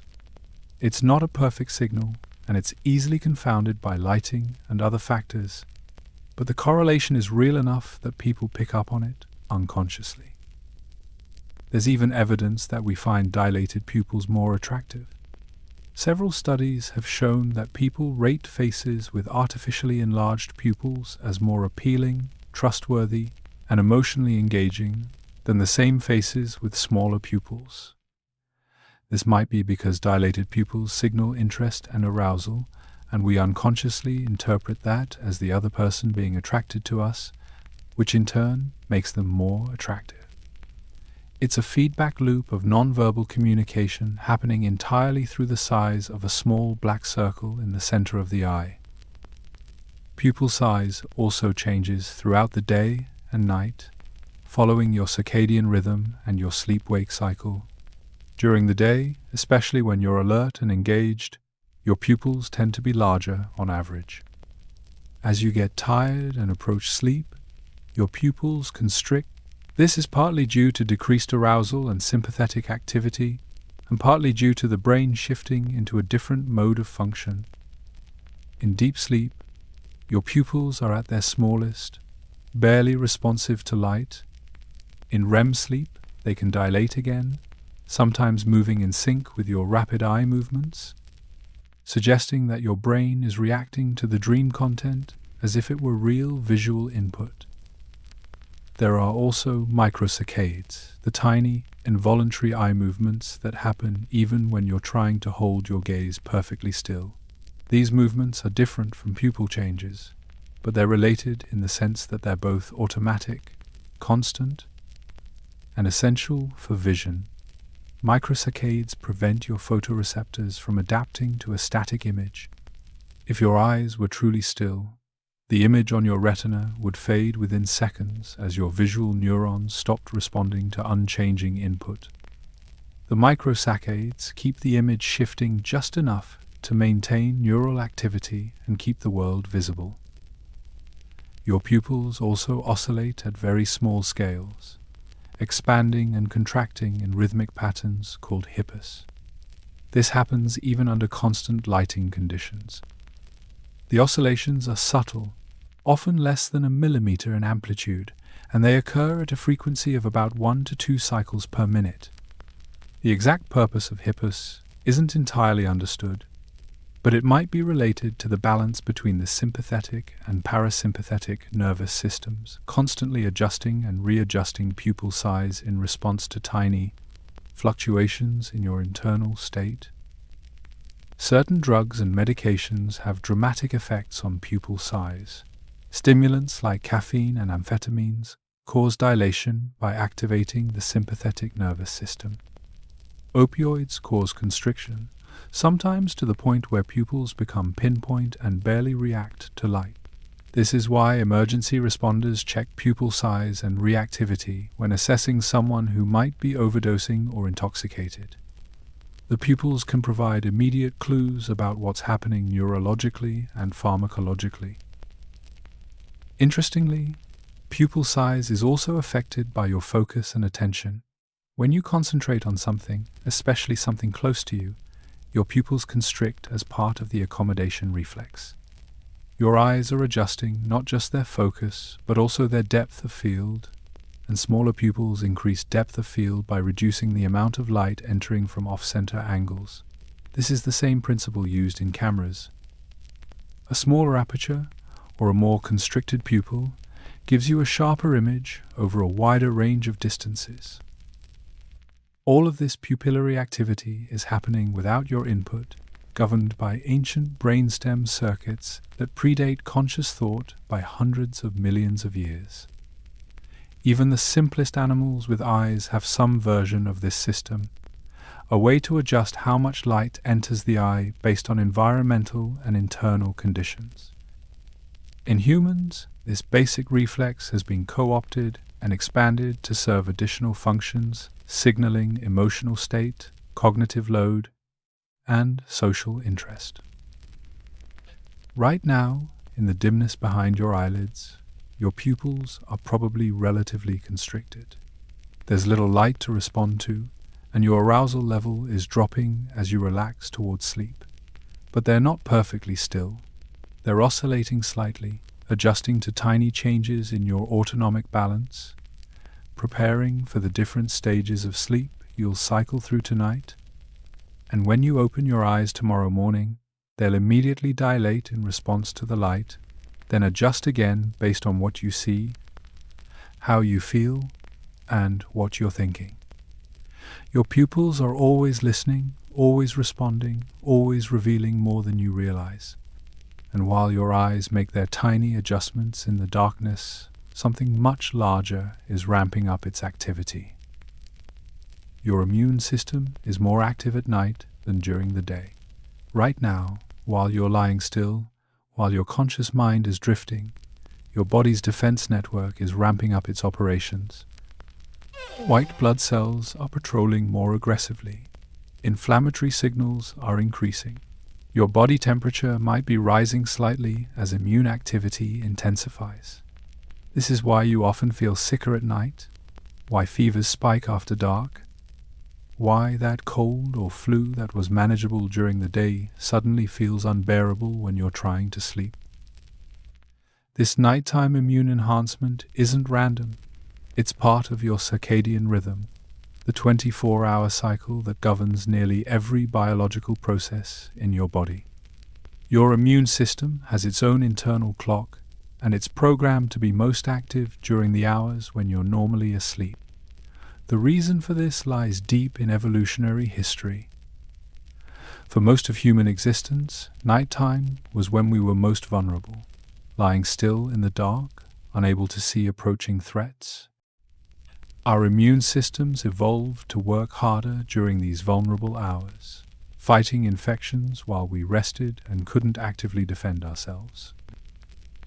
The cells at the heart of this nighttime surge are your T cells, a type of white blood cell that's crucial for fighting infections and identifying cancerous or damaged cells. Studies have shown that T cells circulate more actively through your bloodstream during sleep, and they're more efficient at migrating to lymph nodes, where they encounter antigens and become activated. During the day, many of these T cells are stationed in tissues throughout your body, waiting and watching. At night, they mobilize, moving through your system in greater numbers, scanning for problems. One of the key orchestrators of this process is a group of signaling molecules called cytokines. These are proteins that immune cells use to communicate with each other, and many of them follow a circadian pattern. Pro-inflammatory cytokines, the ones that trigger inflammation and activate immune responses, peak during the night. This is why inflammation increases while you sleep, why joints might feel stiffer, why existing infections or injuries can feel more painful in the dark hours. Inflammation gets a bad reputation, but it's actually a crucial part of healing and defense. When your immune system detects an infection or injury, it releases inflammatory cytokines that increase blood flow to the area, make blood vessels more permeable so immune cells can get through, and activate those immune cells to fight harder. The heat, redness, and swelling of inflammation are all signs that your immune system is working. The problem is only when inflammation becomes chronic or excessive, which is a different issue entirely. The nighttime increase in immune activity is also why vaccines might be more effective when given at certain times of day. Some research suggests that vaccines administered in the morning produce a stronger antibody response than those given in the evening. The theory is that giving the vaccine in the morning allows the immune system to process the antigen during the day, then mount a full response during the nighttime hours when immune activity naturally peaks. The timing takes advantage of your body's internal rhythm, potentially making the vaccine more effective. Sleep itself is crucial for immune function.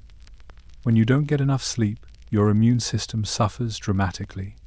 Studies have shown that people who sleep less than 6 hours per night are significantly more likely to catch a cold when exposed to the virus compared to people who sleep 7 or more hours.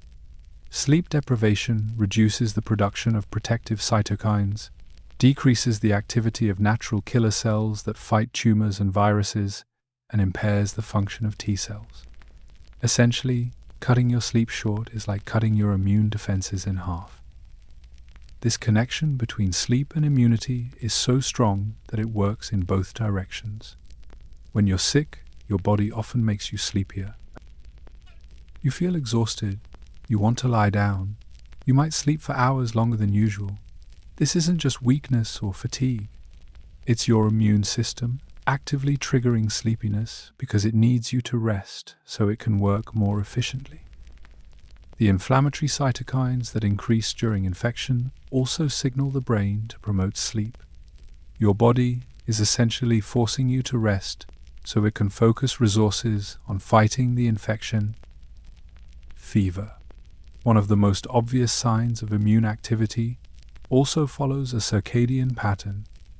Body temperature naturally rises and falls throughout the day, peaking in the late afternoon and dropping to its lowest point in the early morning hours. But when you're sick and your immune system is fighting an infection, the nighttime temperature drop doesn't happen. Instead, your temperature stays elevated or even increases further. This is the immune system raising your body's set point temperature, creating an environment that's less hospitable for bacteria and viruses, while also speeding up immune cell activity. The lymphatic system, which is essentially the circulatory system for your immune cells, also becomes more active during sleep. Lymph fluid carries white blood cells, antibodies, and cellular debris through a network of vessels and nodes throughout your body. During sleep, the flow of lymph increases, particularly in the brain, where the lymphatic system flushes out waste products. This increased flow during sleep means more immune cells are moving through your tissues, more antigens are being filtered through lymph nodes, and more debris is being cleared away. Chronic sleep deprivation has long-term effects on immunity that go beyond just catching more colds. People who consistently don't get enough sleep have higher levels of chronic low-grade inflammation, which is linked to a whole host of diseases. Cardiovascular disease, diabetes, obesity, depression, and even cancer. The immune system, without adequate sleep, starts to malfunction. It becomes overactive in some ways, producing too much inflammation, and underactive in others, failing to respond effectively to new threats. There's also fascinating research on how sleep affects your immune memory. When you're exposed to a pathogen, your immune system doesn't just fight it off and forget about it. It creates memory cells, specialized T cells, and B cells that remember the pathogen and can mount a faster, stronger response if you encounter it again. This is the basis of immunity and vaccination, but the formation of these memory cells happens primarily during sleep.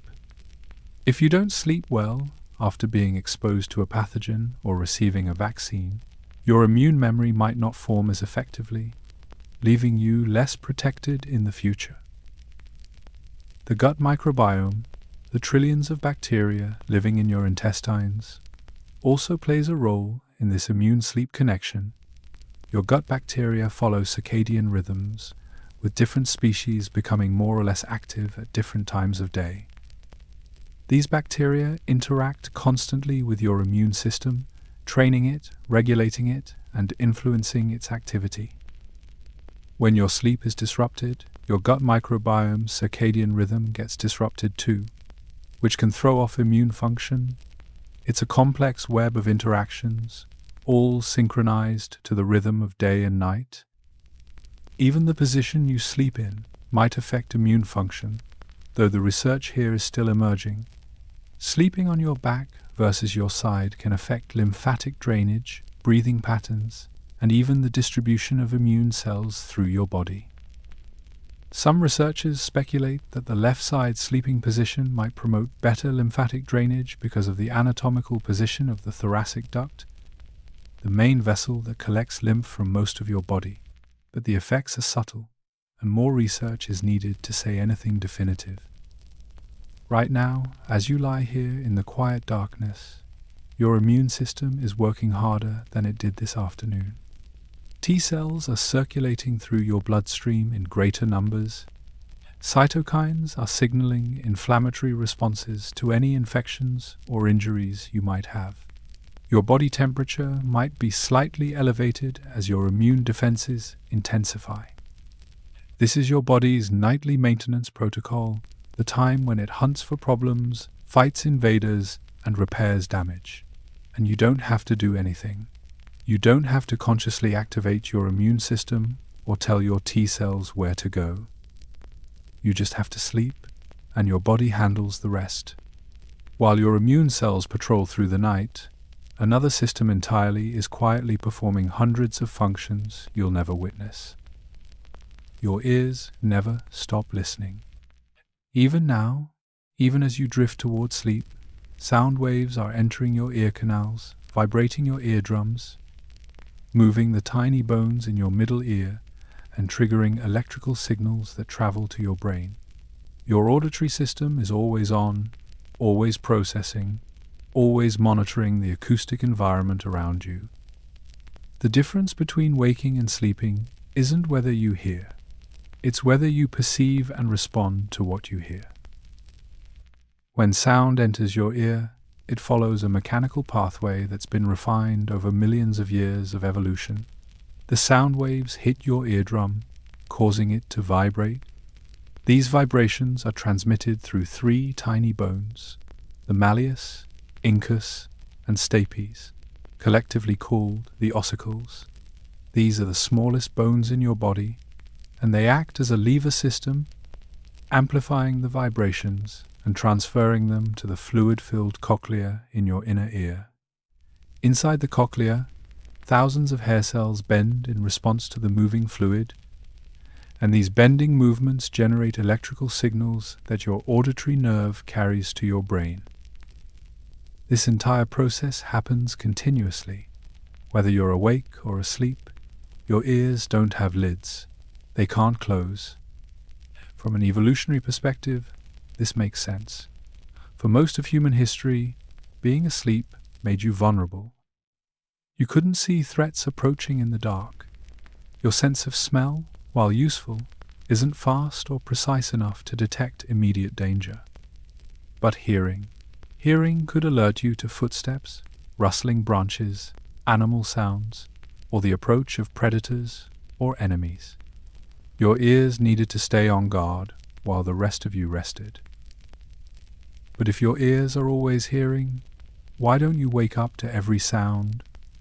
Why does the hum of the refrigerator or the distant traffic not pull you out of sleep, while a smoke alarm or a crying baby does? The answer lies not in your ears, but in your brain, specifically in how your brain filters and prioritizes auditory information during different sleep stages.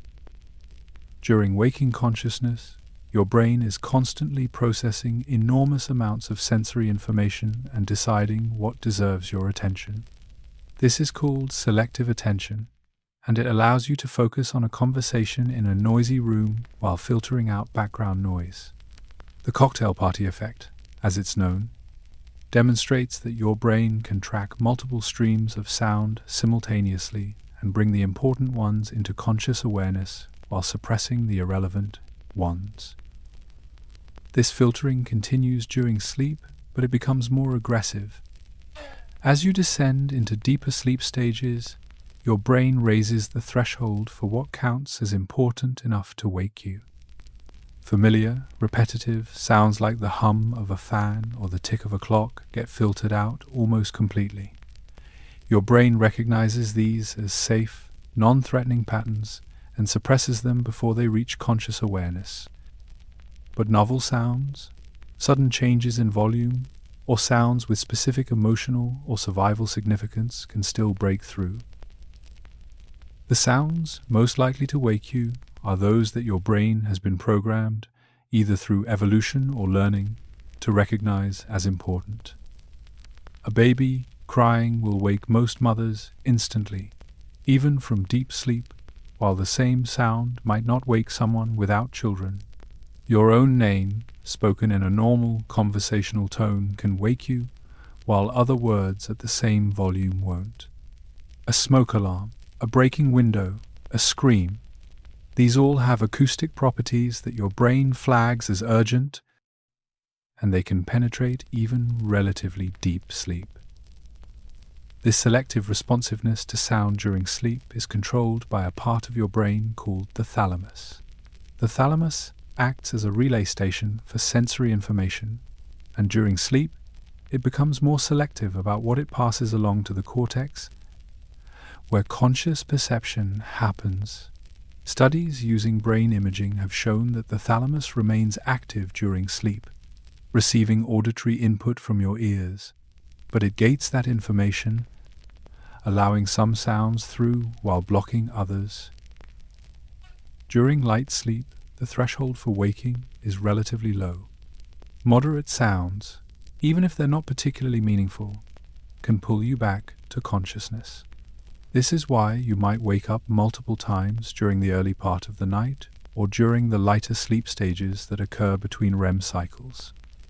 Your brain is still somewhat vigilant, not fully committed to deep rest, and it's easier for external sounds to interrupt the process. But during deep sleep, the stage characterized by slow brain waves and the most profound unconsciousness, your auditory threshold increases dramatically. It takes a much louder or more significant sound to wake you. Your brain is prioritizing rest and repair over vigilance, and it suppresses most auditory input before it reaches conscious awareness. Even so, the right sound, loud enough or meaningful enough, can still break through. Your ears are still hearing. Your auditory nerve is still transmitting signals. The filtering happens at a higher level of processing. During REM sleep, things change again. Your brain becomes more active, almost as active as waking consciousness in many regions. The threshold for waking drops compared to deep sleep, and you're more likely to be roused by sounds. But there's a strange twist.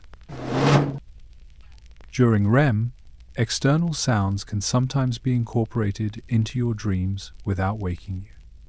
You might dream about a phone ringing when your alarm is going off, or dream about a conversation when someone in the room is talking. Your brain is processing the sound, but interpreting it as part of the dream narrative, rather than as a reason to wake up. This ability to hear while sleeping has been studied extensively, and researchers have found that people can learn during sleep, though in very limited ways. simple associations can be formed. For example, if a specific sound is played repeatedly while you sleep and paired with a mild stimulus, your brain can learn to associate the two.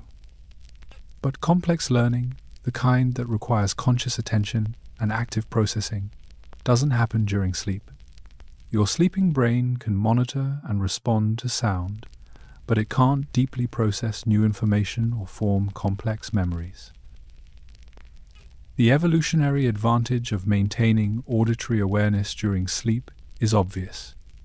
The individual who could hear a predator approaching in the night and wake up in time to flee had a survival advantage over the individual who slept through the threat. This vigilance came at a cost: interrupted sleep, less deep rest, but the trade-off was worth it in terms of survival. Even now, in relatively safe modern environments, this ancient system remains active, keeping watch while you sleep. For some people, this auditory vigilance during sleep becomes a problem. Light sleepers, who wake easily to small noises, might be experiencing an overactive filtering system that lets too much sound through. This can be caused by anxiety, stress, or simply individual variation in how the thalamus gates sensory information during sleep. White noise machines or earplugs can help by either masking disruptive sounds or reducing the overall auditory input reaching the ear, making it easier for the brain to maintain sleep. Interestingly, chronic noise exposure, like living near an airport or a busy highway, can lead to adaptations in how your brain processes sound during sleep. Your auditory system learns to filter out the repetitive noise patterns, and over time, you might stop waking to sounds that initially disrupted your sleep. But this adaptation isn't without cost.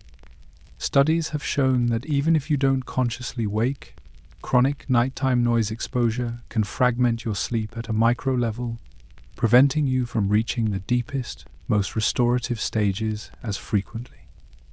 Your brain is still processing the sound, still responding to it physiologically, even if you're not aware of it. Right now, your ears are capturing every sound in your environment: the rustle of fabric as you shift position, the ambient hum of electronics or heating systems, maybe distant voices, traffic, or the wind outside. All of this sound is being converted into neural signals and sent to your brain, but most of it is being filtered out, suppressed, deemed unimportant by a vigilance system that's been fine-tuned over millions of years. Your brain is listening, always listening, but it's choosing not to tell you about most of what it hears. And while your ears keep their silent watch, deep inside your body, an organ is working harder than almost any other. Your liver is performing over 500 different functions right now. 500. It's the largest internal organ in your body, weighing about 3 pounds and sitting just beneath your rib cage on the right side. And while you lie here in the dark, completely unaware, your liver is acting as a chemical factory, a detoxification plant, a storage facility, a recycling center, and a manufacturing hub all at once. It's arguably the most metabolically complex organ you have, and it never stops working. One of the liver's primary jobs is to filter your blood. Every minute, about 1.5 liters of blood flow through your liver, coming directly from your digestive tract via the hepatic portal vein. This blood is carrying everything you absorbed from your last meal: nutrients, toxins, medications, alcohol, anything that made it through your intestinal wall. The liver's job is to process all of it, deciding what to keep, what to modify, what to store, and what to eliminate. Detoxification is one of the liver's most well-known functions, but it's more complex than most people realize. The liver doesn't just remove toxins, it transforms them. Many toxic substances are fat-soluble, which means they can easily cross cell membranes and accumulate in tissues. The liver converts these fat-soluble toxins into water-soluble compounds that can be excreted in urine or bile. This process involves two phases of chemical reactions: oxidation, reduction, and conjugation, all carried out by specialized enzymes within liver cells called hepatocytes. Alcohol metabolism is a perfect example. When you drink alcohol, it's absorbed quickly from your stomach and small intestine into your bloodstream. From there, it travels to your liver, where enzymes break it down. First, alcohol dehydrogenase converts ethanol into acetaldehyde, a toxic compound that causes many of the unpleasant effects of drinking. Then, aldehyde dehydrogenase converts acetaldehyde into acetate, which is relatively harmless and can be broken down further or excreted. This process takes time, which is why you can't sober up instantly by drinking coffee or taking a cold shower. Your liver works at a fixed rate, processing about 1 standard drink per hour, and there's no way to speed it up. But detoxification is just one small part of what your liver does. It's also responsible for metabolizing nutrients, carbohydrates, proteins, and fats, all pass through your liver for processing. After you eat a meal rich in carbohydrates, your blood sugar rises. Your liver responds by taking up glucose and converting it into glycogen, a storage form of sugar that can be broken down later when you need energy. Your liver can store enough glycogen to fuel your body for about 12 to 24 hours of fasting. At night, while you sleep and aren't eating, your liver becomes a critical source of glucose. As your glycogen stores are gradually broken down, your liver releases glucose into your bloodstream to maintain stable blood sugar levels. This is essential for keeping your brain functioning. Your brain consumes about 20% of your body's total energy, and it relies almost exclusively on glucose. Without your liver quietly releasing sugar throughout the night, your blood glucose would drop dangerously low, and you'd wake up feeling shaky, confused, or worse.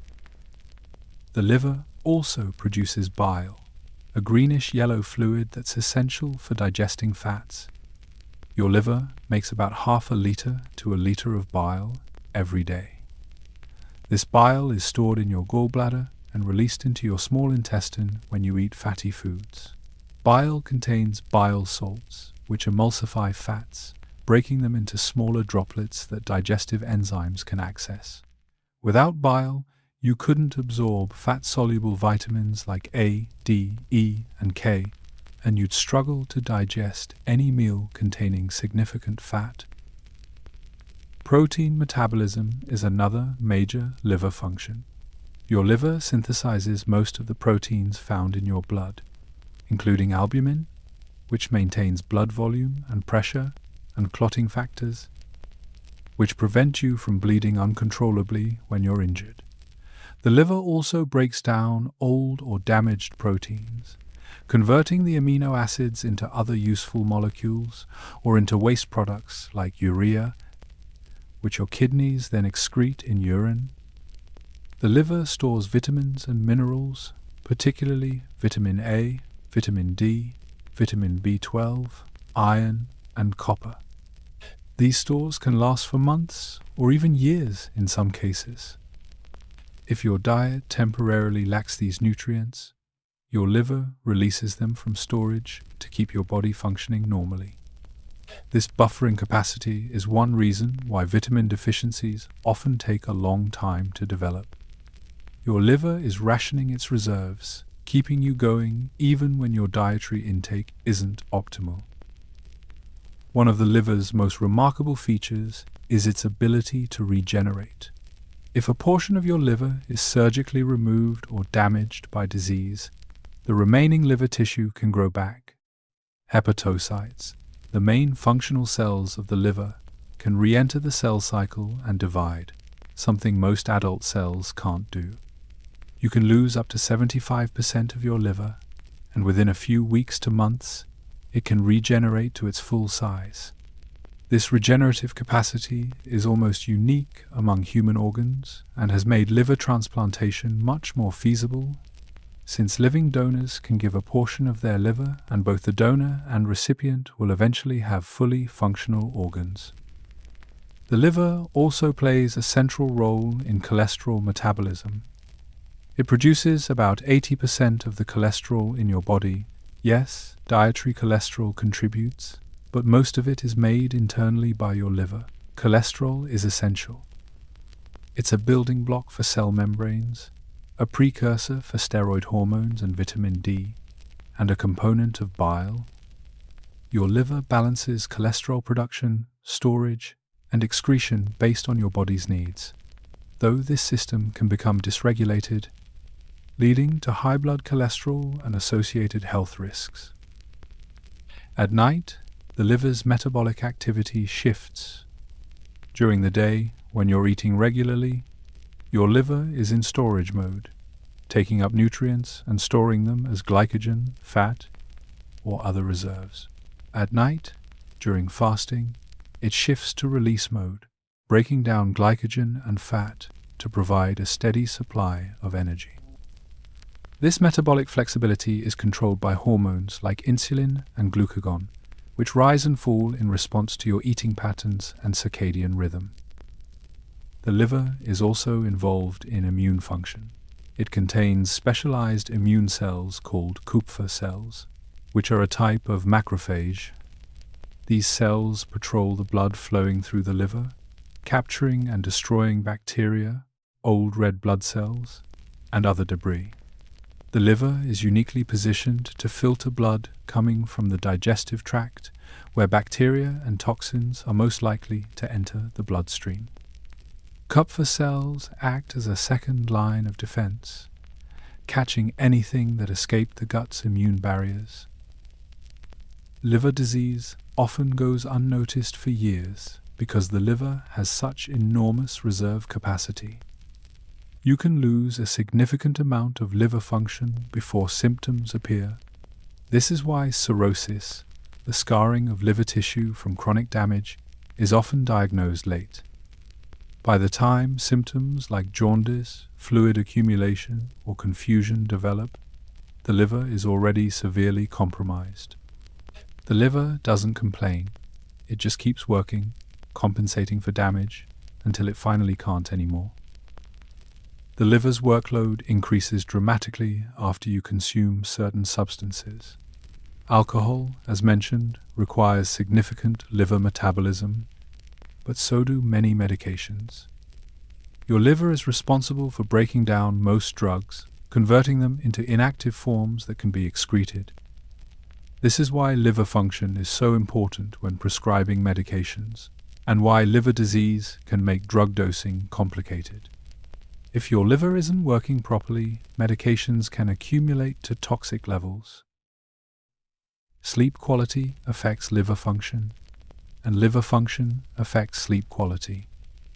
Circadian disruption, like what happens with shift work or chronic sleep deprivation, can impair liver metabolism, leading to problems with blood sugar regulation, cholesterol metabolism, and detoxification.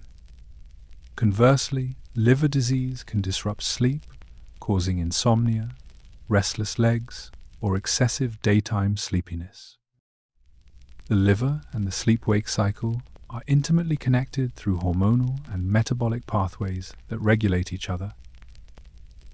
Right now, your liver is quietly managing your metabolism, filtering your blood, producing proteins, storing vitamins, releasing glucose, and performing hundreds of other chemical reactions you'll never consciously perceive.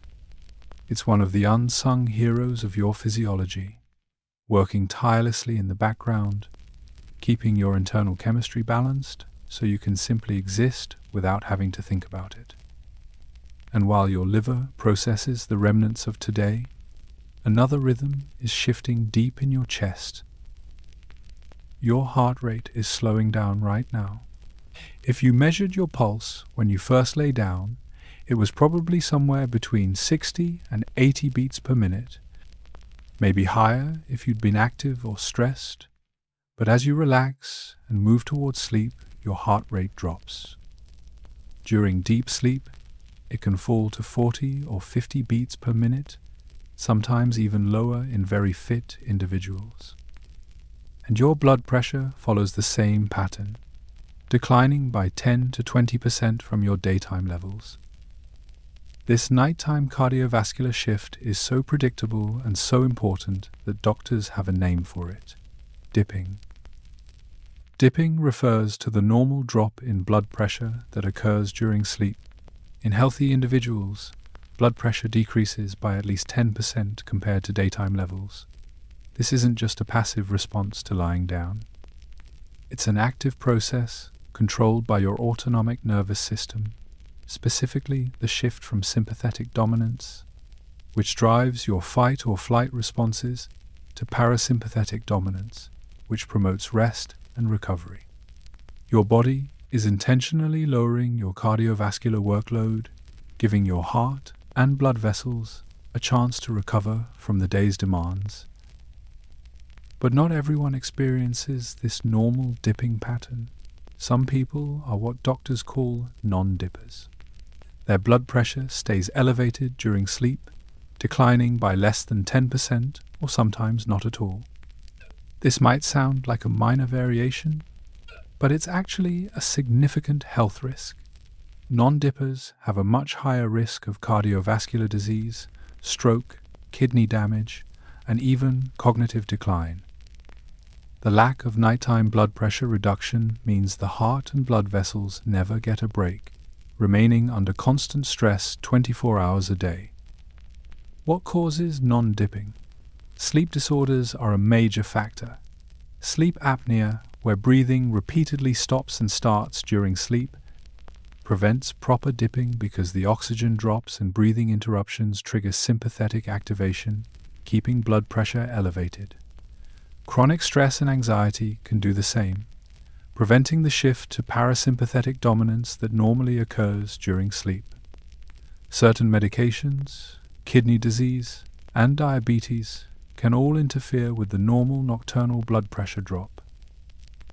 Heart rate variability, or HRV, is another fascinating cardiovascular measure that changes during sleep. HRV refers to the variation in time intervals between consecutive heartbeats. It might seem like your heart beats at a steady, metronomic pace, but it doesn't. There's actually subtle variation from beat to beat, and this variation is a sign of health. Higher HRV indicates that your autonomic nervous system is flexible and responsive, able to adjust quickly to changing demands. Lower HRV suggests a rigid, stressed system that can't adapt as well. During sleep, particularly during deep sleep, your HRV typically increases. This reflects the parasympathetic nervous system's dominance, the rest and digest mode where your heart rate slows and becomes more variable. During REM sleep, HRV often decreases again as the sympathetic nervous system becomes more active to support the intense brain activity and vivid dreaming. These fluctuations in HRV across the night are normal and healthy. They show that your cardiovascular system is responding appropriately to different sleep stages. The timing of cardiovascular events follows a circadian pattern that reveals how important these nighttime changes are. Heart attacks are most common in the early morning hours, between 6 a.m. and noon, with a peak around 9 a.m. This isn't random. As you wake up, your sympathetic nervous system activates, your cortisol levels surge, your blood pressure rises sharply, and your blood becomes more prone to clotting. If you have underlying coronary artery disease, this sudden increase in cardiovascular demand can trigger a heart attack. Your heart and blood vessels, which have been in low stress mode all night, are suddenly asked to handle a much higher workload. Strokes follow a similar pattern, also peaking in the early morning hours. The same factors apply: rising blood pressure, increased clotting tendency, and the activation of the sympathetic nervous system. For people with vulnerable blood vessels in the brain, this morning surge can be the tipping point that causes a vessel to rupture or a clot to lodge in a narrow artery. This is one reason why doctors often recommend taking blood pressure medications in the evening. By controlling nighttime blood pressure and blunting the morning surge, these medications might reduce the risk of early morning cardiovascular events. The heart itself also has a circadian rhythm. The cells in your heart contain clock genes, the same genes that control circadian rhythms throughout your body. These genes regulate when certain proteins are produced, when certain ion channels are active, and when the heart is most or least responsive to stress. Research has shown that the heart is more vulnerable to damage at certain times of day. The same injury that might cause minimal damage in the evening could cause much more extensive damage in the morning, purely because of differences in the heart's circadian state. Sleep quality directly affects cardiovascular health. Chronic sleep deprivation, even just sleeping less than 6 hours per night regularly, increases your risk of high blood pressure, heart disease, and stroke. The mechanisms are multiple. Poor sleep increases sympathetic nervous system activity, raises cortisol levels, promotes inflammation, and impairs blood sugar regulation, all of which stress the cardiovascular system. Over time, these effects accumulate, contributing to the development of atherosclerosis, the buildup of plaque in arteries that underlies most heart attacks and strokes. Sleep disorders like sleep apnea are particularly dangerous for cardiovascular health.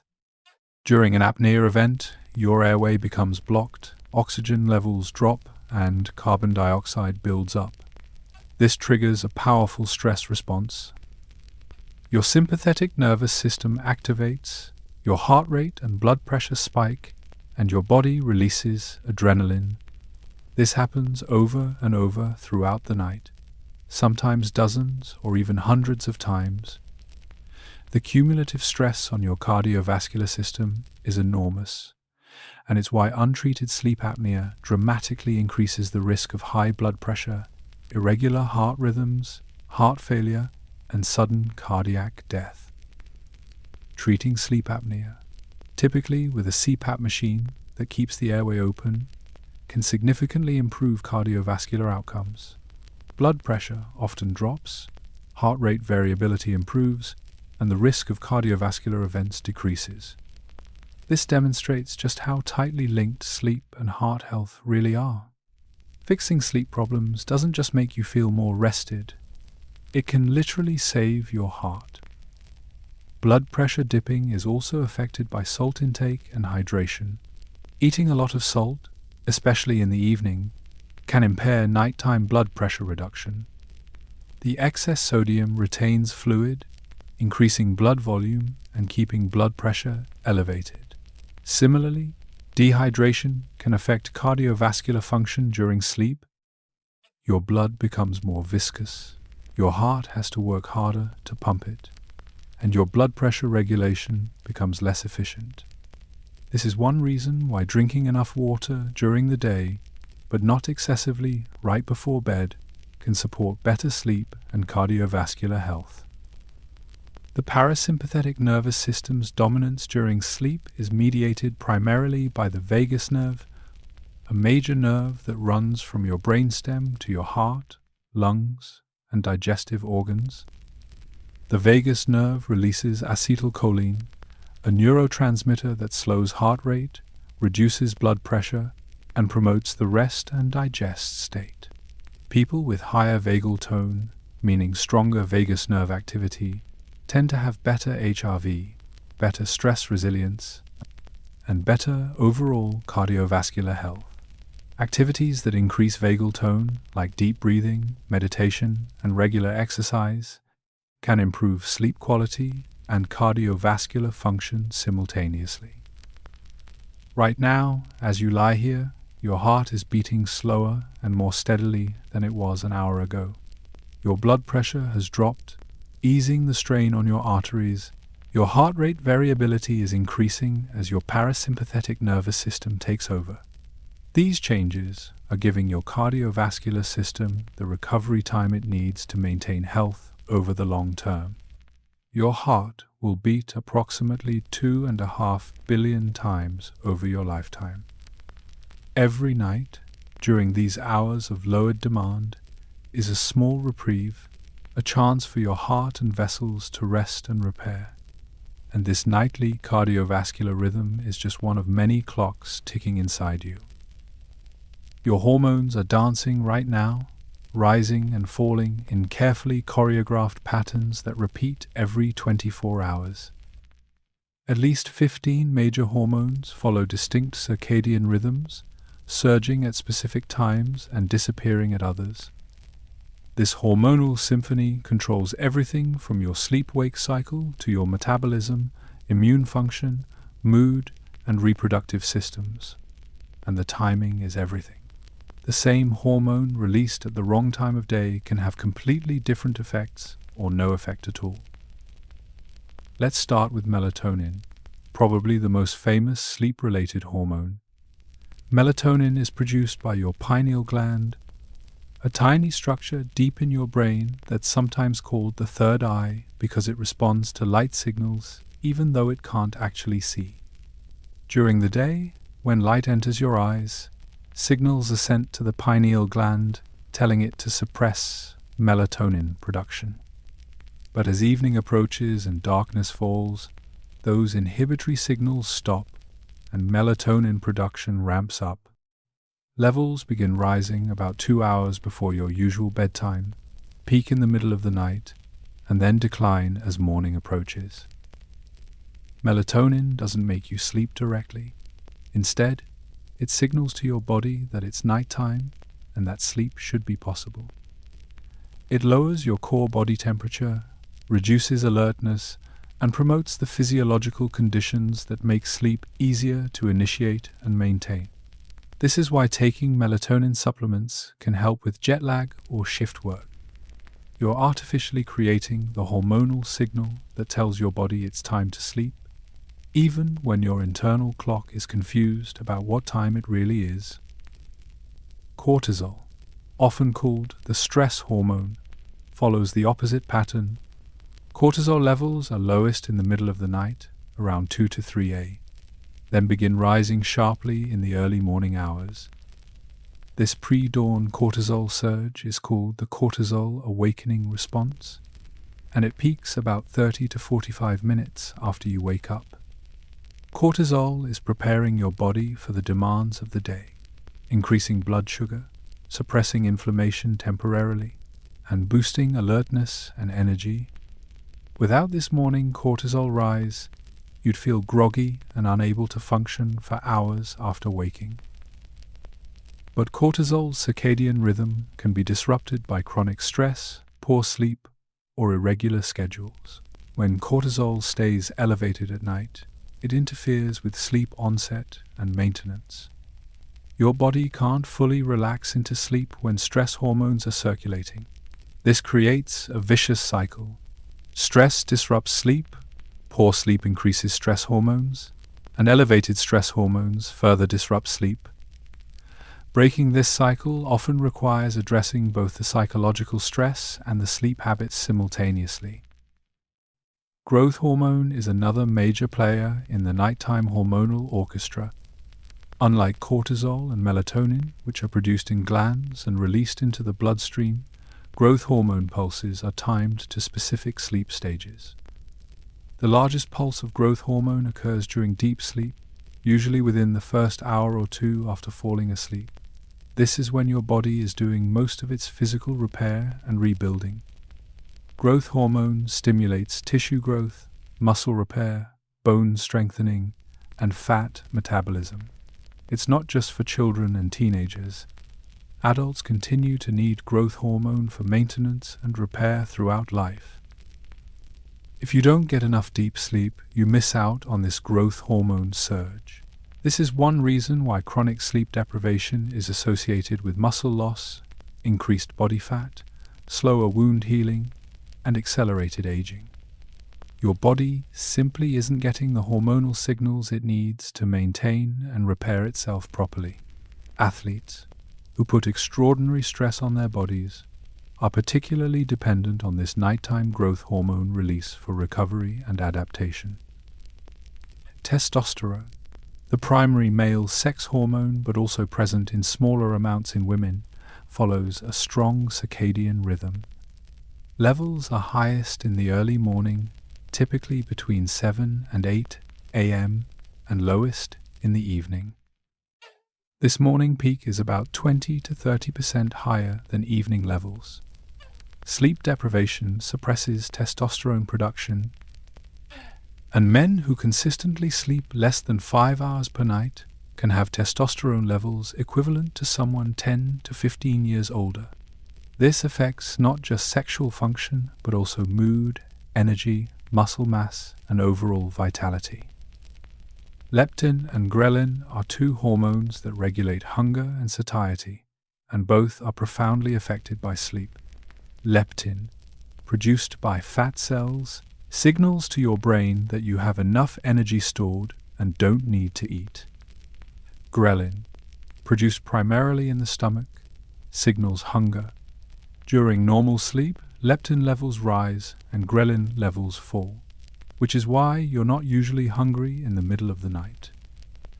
But when you're sleep deprived, this pattern reverses. Leptin drops and ghrelin rises, making you feel hungrier even though you don't actually need more calories. This hormonal shift is one reason why sleep deprivation is so strongly linked to weight gain and obesity. You're not just tired and therefore less active. You're also hormonally driven to eat more, particularly high-calorie, high-carbohydrate foods that your body thinks it needs for energy. Studies have shown that people who are sleep-deprived consume several hundred extra calories per day without realizing it. Driven by these hormonal changes, over time, those extra calories add up to significant weight gain.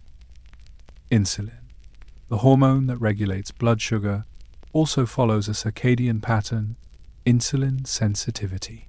Your cell's responsiveness to insulin is highest in the morning and lowest at night. This is why eating a large meal late at night tends to cause a bigger blood sugar spike than eating the same meal in the morning. Your body is less efficient at processing glucose in the evening, and consistently eating late can contribute to insulin resistance, metabolic syndrome, and eventually type 2 diabetes. Your metabolism has a clock, and it prefers that you eat during daylight hours. Thyroid hormones, which regulate your metabolic rate, also fluctuate throughout the day. Thyroid stimulating hormone, or TSH, which tells your thyroid gland to produce thyroid hormones, peaks at night and drops during the day. The thyroid hormones themselves, 3 and T4, follow a more complex pattern. These rhythms ensure that your metabolism is calibrated appropriately for activity during the day and rest at night. Disrupted thyroid rhythms can cause insomnia, fatigue, weight changes, and mood problems. Prolactin, a hormone involved in reproduction and immune function, rises during sleep, particularly during REM stages. Its exact role in sleep isn't fully understood, but elevated prolactin seems to promote feelings of relaxation and satisfaction. This might be part of why sleep feels restorative, not just physically but emotionally. Prolactin's nighttime rise is suppressed by dopamine during the day, and this interplay between the two helps regulate your mood and stress response. The master controller of all these hormonal rhythms is a tiny cluster of about 20,000 neurons in your brain called the suprachiasmatic nucleus, or SCN. The SCN is your master circadian clock, and it receives direct input from your eyes about the light-dark cycle in your environment. When light hits specialized cells in your retina, signals are sent to the SCN, which then coordinates hormonal release throughout your body. The SCN tells the pineal gland when to produce melatonin, tells the adrenal glands when to release cortisol, and synchronizes all the other hormonal rhythms to the same 24-hour cycle.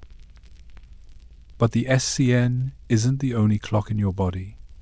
Nearly every cell contains clock genes, molecular mechanisms that oscillate on a roughly 24-hour cycle, even in the absence of external cues.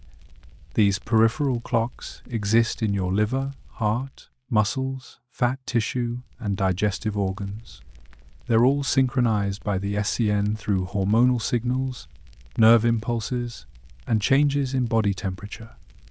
When all your clocks are in sync, timed to the external light-dark cycle, you feel healthy, energetic, and alert at the right times.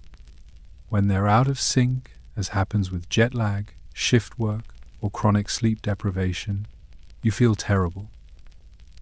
Right now, your hormones are following their ancient patterns. Melatonin is high, preparing you for deep rest. Cortisol is low, allowing relaxation. Growth hormone is waiting for deep sleep to surge. Leptin is rising, suppressing hunger.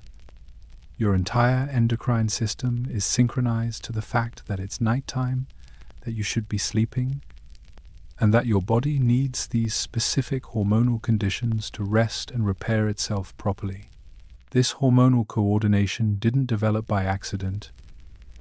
It's the result of millions of years of evolution, fine-tuning your biology to the rhythm of day and night. And that rhythm is controlled by something even more fundamental, something that keeps time even in total darkness. Your body knows what time it is right now, even though you're not looking at a clock. Deep in your brain, in a structure about the size of a grain of rice, sits your master biological clock. It's called the suprachiasmatic nucleus, and it's been keeping time since before you were born.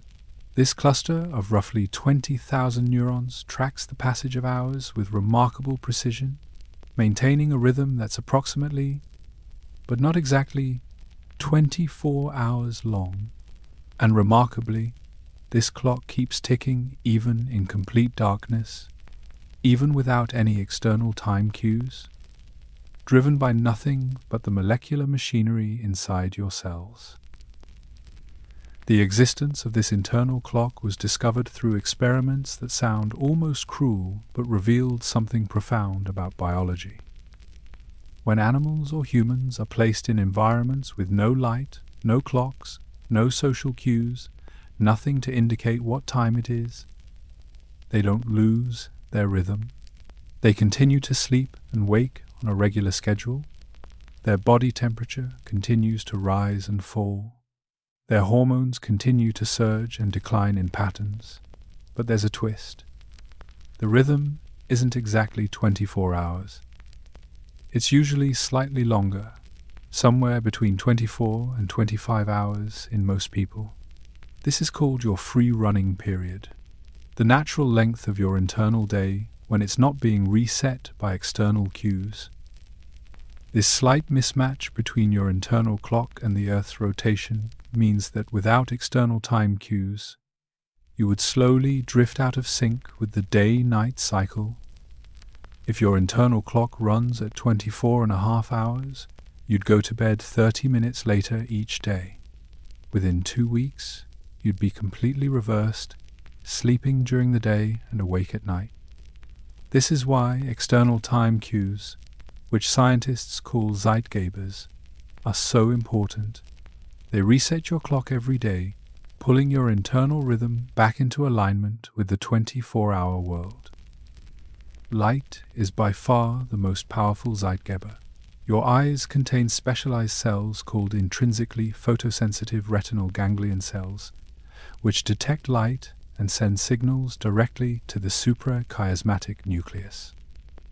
These cells are most sensitive to blue light, the wavelength that's abundant in morning sunlight. When bright light hits these cells in the morning, it sends a strong signal to your SCN that it's daytime, which advances your clock and helps you wake up. Evening light, especially blue light from screens, can delay your clock, making you feel alert later into the night and making it harder to fall asleep at your usual time. But light isn't the only Zeitgeber. Food is another powerful time cue. particularly for the peripheral clocks in your organs. When you eat, your liver, pancreas, and digestive system receive signals that it's time to be active. Eating at consistent times helps synchronize these peripheral clocks to your master clock. This is why irregular meal timing, like eating late at night or skipping breakfast, can disrupt your circadian rhythm even if your light exposure is consistent. Your organs have their own preferences about when they want to work, and forcing them to operate at the wrong time creates metabolic stress. Exercise is another Zeitgeber. Physical activity, especially in the morning or early afternoon, can strengthen your circadian rhythm and help advance your clock, making you feel tired earlier in the evening. Evening exercise can have the opposite effect, delaying your clock and making it harder to fall asleep. The timing matters. Social interactions, structured routines, and even temperature changes can all serve as time cues that help keep your internal clock aligned with the external world. At the molecular level, your circadian rhythm is controlled by clock genes. These genes, with names like clock, BMAL1, PER, and CRY, form feedback loops that take about 24 hours to complete. The clock and BMAL1 proteins activate genes that produce PER and CRY proteins. As PER and CRY accumulate, they eventually inhibit clock and BMAL1, shutting down their own production. Then, as PER and CRY are gradually degraded, clock and BMAL1 become active again, starting the cycle over. This molecular oscillation happens in nearly every cell in your body, creating a network of billions of tiny clocks, all synchronized by the master clock in your brain. Different people have different chronotypes, which is a fancy way of saying that some people are naturally morning people and others are naturally night people. This isn't just a preference or a habit, it's partly genetic.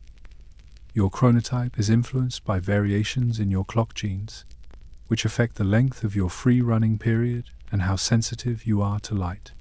Morning larks tend to have slightly shorter free running periods and are more sensitive to morning light. Night owls have longer periods and are more responsive to evening light. Society tends to favor larks, with work and school schedules built around early mornings, which puts owls at a disadvantage. Chronotype also changes with age. Children tend to be natural early risers. Then, during adolescence, there's a dramatic shift toward a later chronotype. Teenagers' circadian clocks run later, making them want to stay up late and sleep in. This isn't laziness, it's biology. Their melatonin release is delayed, and their drive to sleep comes later at night, forcing teenagers to wake up at 6 a.m. For school is fighting against their biology, and it's one reason why many adolescents are chronically sleep deprived. As people move into adulthood and then older age, chronotype tends to shift earlier again, with elderly people often waking very early and feeling tired by evening. Jet lag is what happens when you rapidly cross multiple time zones and your internal clock hasn't had time to adjust. Your SCN is still operating on your home time zone, releasing melatonin and cortisol at the wrong times for your new location. Your liver and other organs are expecting meals at certain times that don't match the local schedule. This internal desynchronization causes the fatigue, brain fog, digestive problems, and mood changes that characterize jet lag. It takes about 1 day per time zone cross for your circadian clock to fully adjust, though some people adapt faster than others. Shift work creates a similar problem, but worse, because you're constantly fighting your natural rhythm without ever getting the chance to fully adjust. Night shift workers are trying to sleep during the day when their biology is telling them to be awake, and trying to work at night when every system in their body wants to shut down. This chronic circadian disruption has serious health consequences. Shift workers have higher rates of obesity, diabetes, cardiovascular disease, depression, and even cancer. The International Agency for Research on Cancer has classified night shift work as a probable carcinogen because of the circadian disruption it causes. Modern life is full of circadian disruptors. Artificial light at night suppresses melatonin and delays your clock. Irregular sleep schedules confuse your body about when it should be sleeping. Late night eating forces your digestive organs to work when they should be resting. Social jet lag.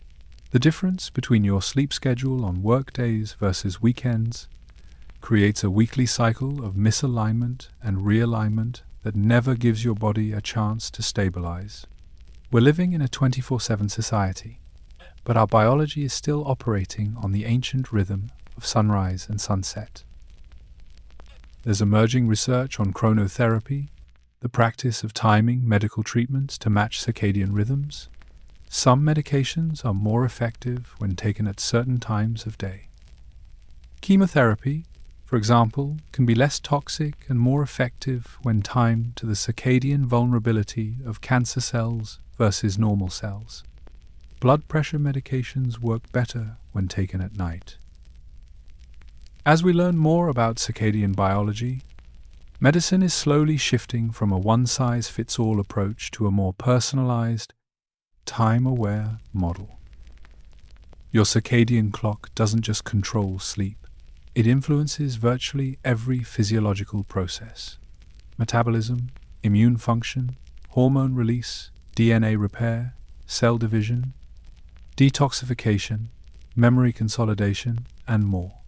Nearly every disease shows circadian variation in symptoms, severity, or progression. Heart attacks peak in the morning, asthma attacks are worse at night, rheumatoid arthritis pain is worst in the morning.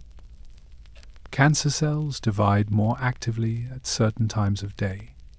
Your biology is fundamentally temporal, organized around the rhythm of day and night, and understanding this rhythm is essential for understanding health and disease. Right now, your suprachiasmatic nucleus is signaling to every cell in your body that it's nighttime. Your clock genes are oscillating through their feedback loops, counting down the hours until morning. Your peripheral clocks in your organs are synchronized, all keeping the same time, all preparing for the transition from rest to activity that will come with dawn. You are not just a collection of parts. You are a collection of rhythms, waves of molecular activity rising and falling in harmony, all orchestrated by a tiny cluster of neurons that has been keeping time since the day you were born. And right now, that clock is telling you to rest. So here we are, at the end of tonight's journey through the hidden universe inside you. We started with a simple premise. Your body is doing thousands of things right now that you're completely unaware of. And over the past few hours, we've explored just a fraction of them.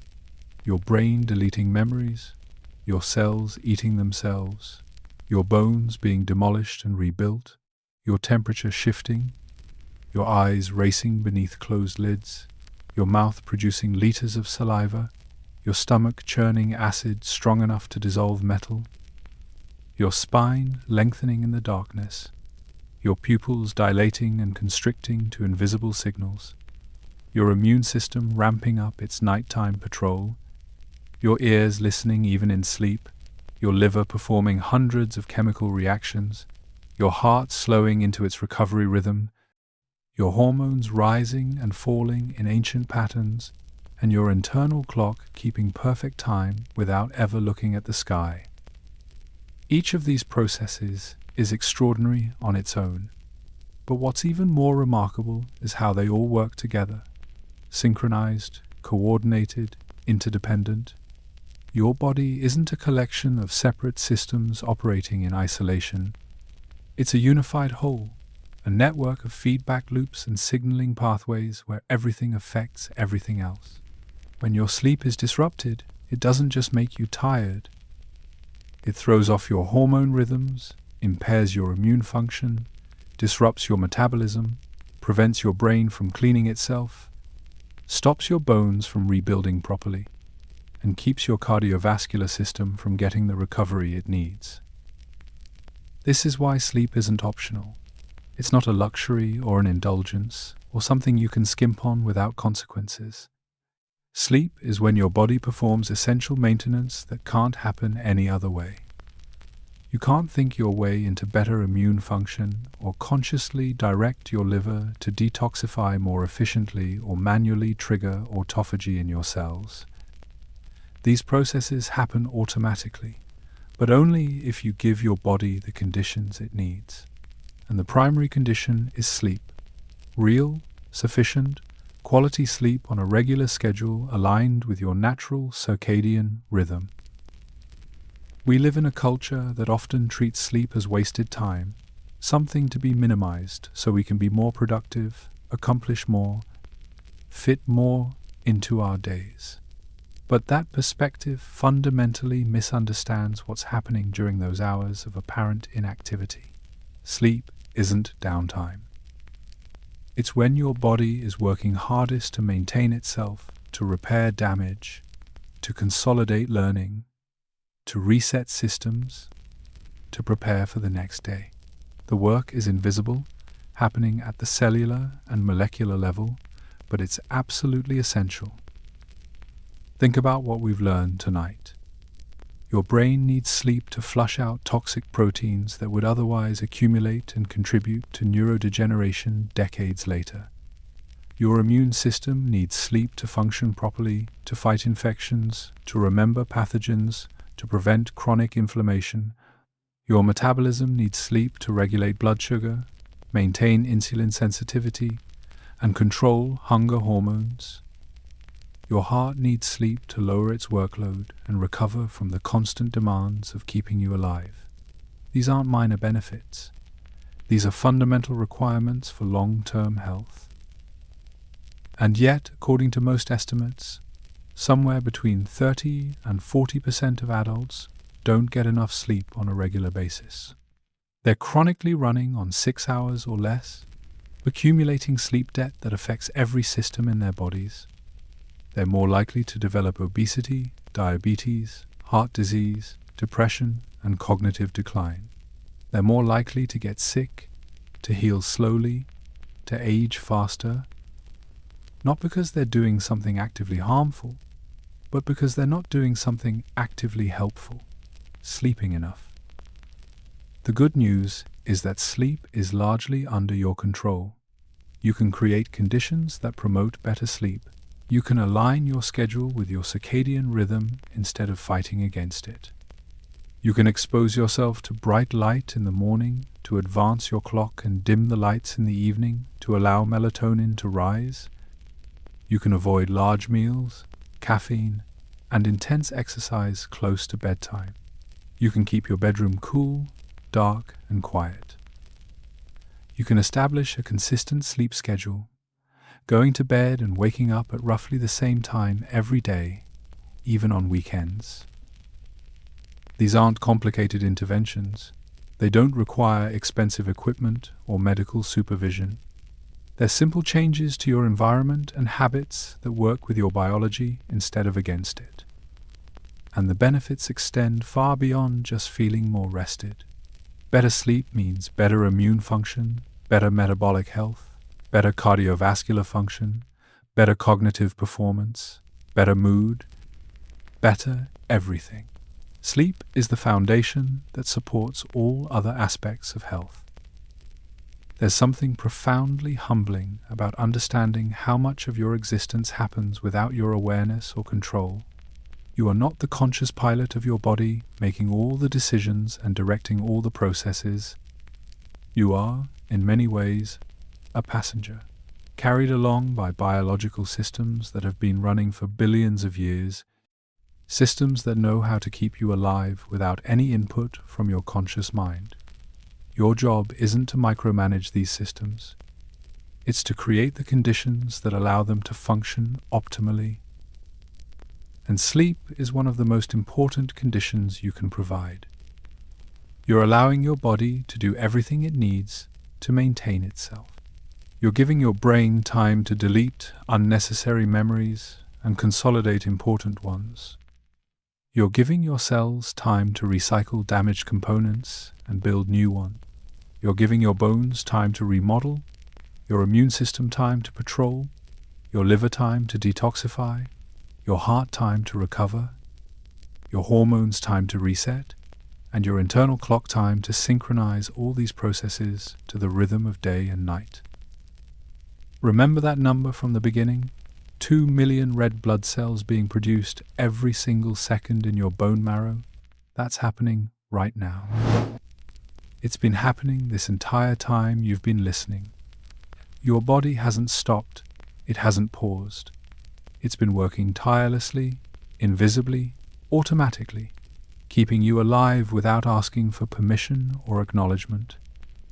The least you can do, the most powerful thing you can do, is to give it the rest it needs to continue this extraordinary work.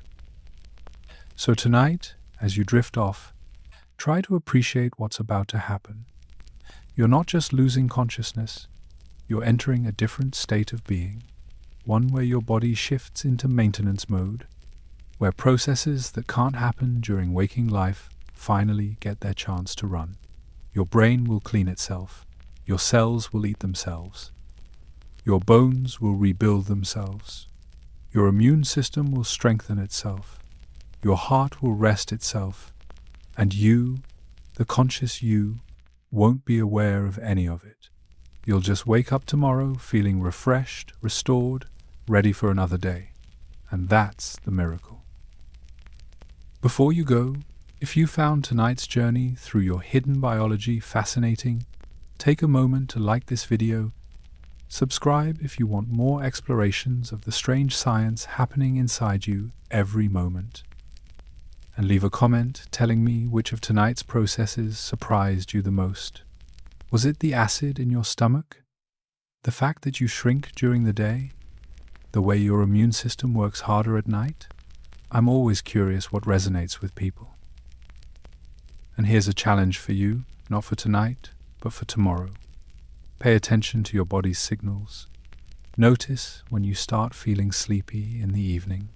Notice how your hands and feet might get warmer as bedtime approaches. Notice how your energy and alertness change throughout the day.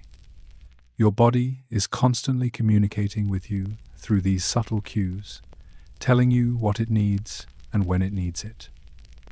Most of the time, we ignore these signals, pushing through fatigue with caffeine or staying up late despite feeling tired. But what if you listened? What if you worked with your biology instead of against it? You are not a machine that can run continuously on willpower and stimulants.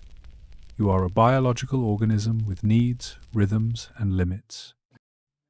And the more you understand those needs, the better you can take care of yourself. Sleep isn't weakness, it's wisdom.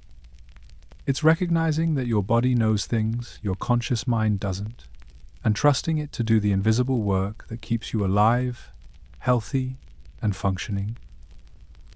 So rest well tonight. Trust your body, let it do what it knows how to do, and know that while you sleep, while you're completely unaware, you are being maintained, repaired, and renewed by processes so complex and so perfectly orchestrated that we're still discovering new details about how they work. You are a universe of activity wrapped in skin, and sleep is when that universe gets to focus on itself, undistracted by the external world. Your body knows what to do. Let it work while you rest.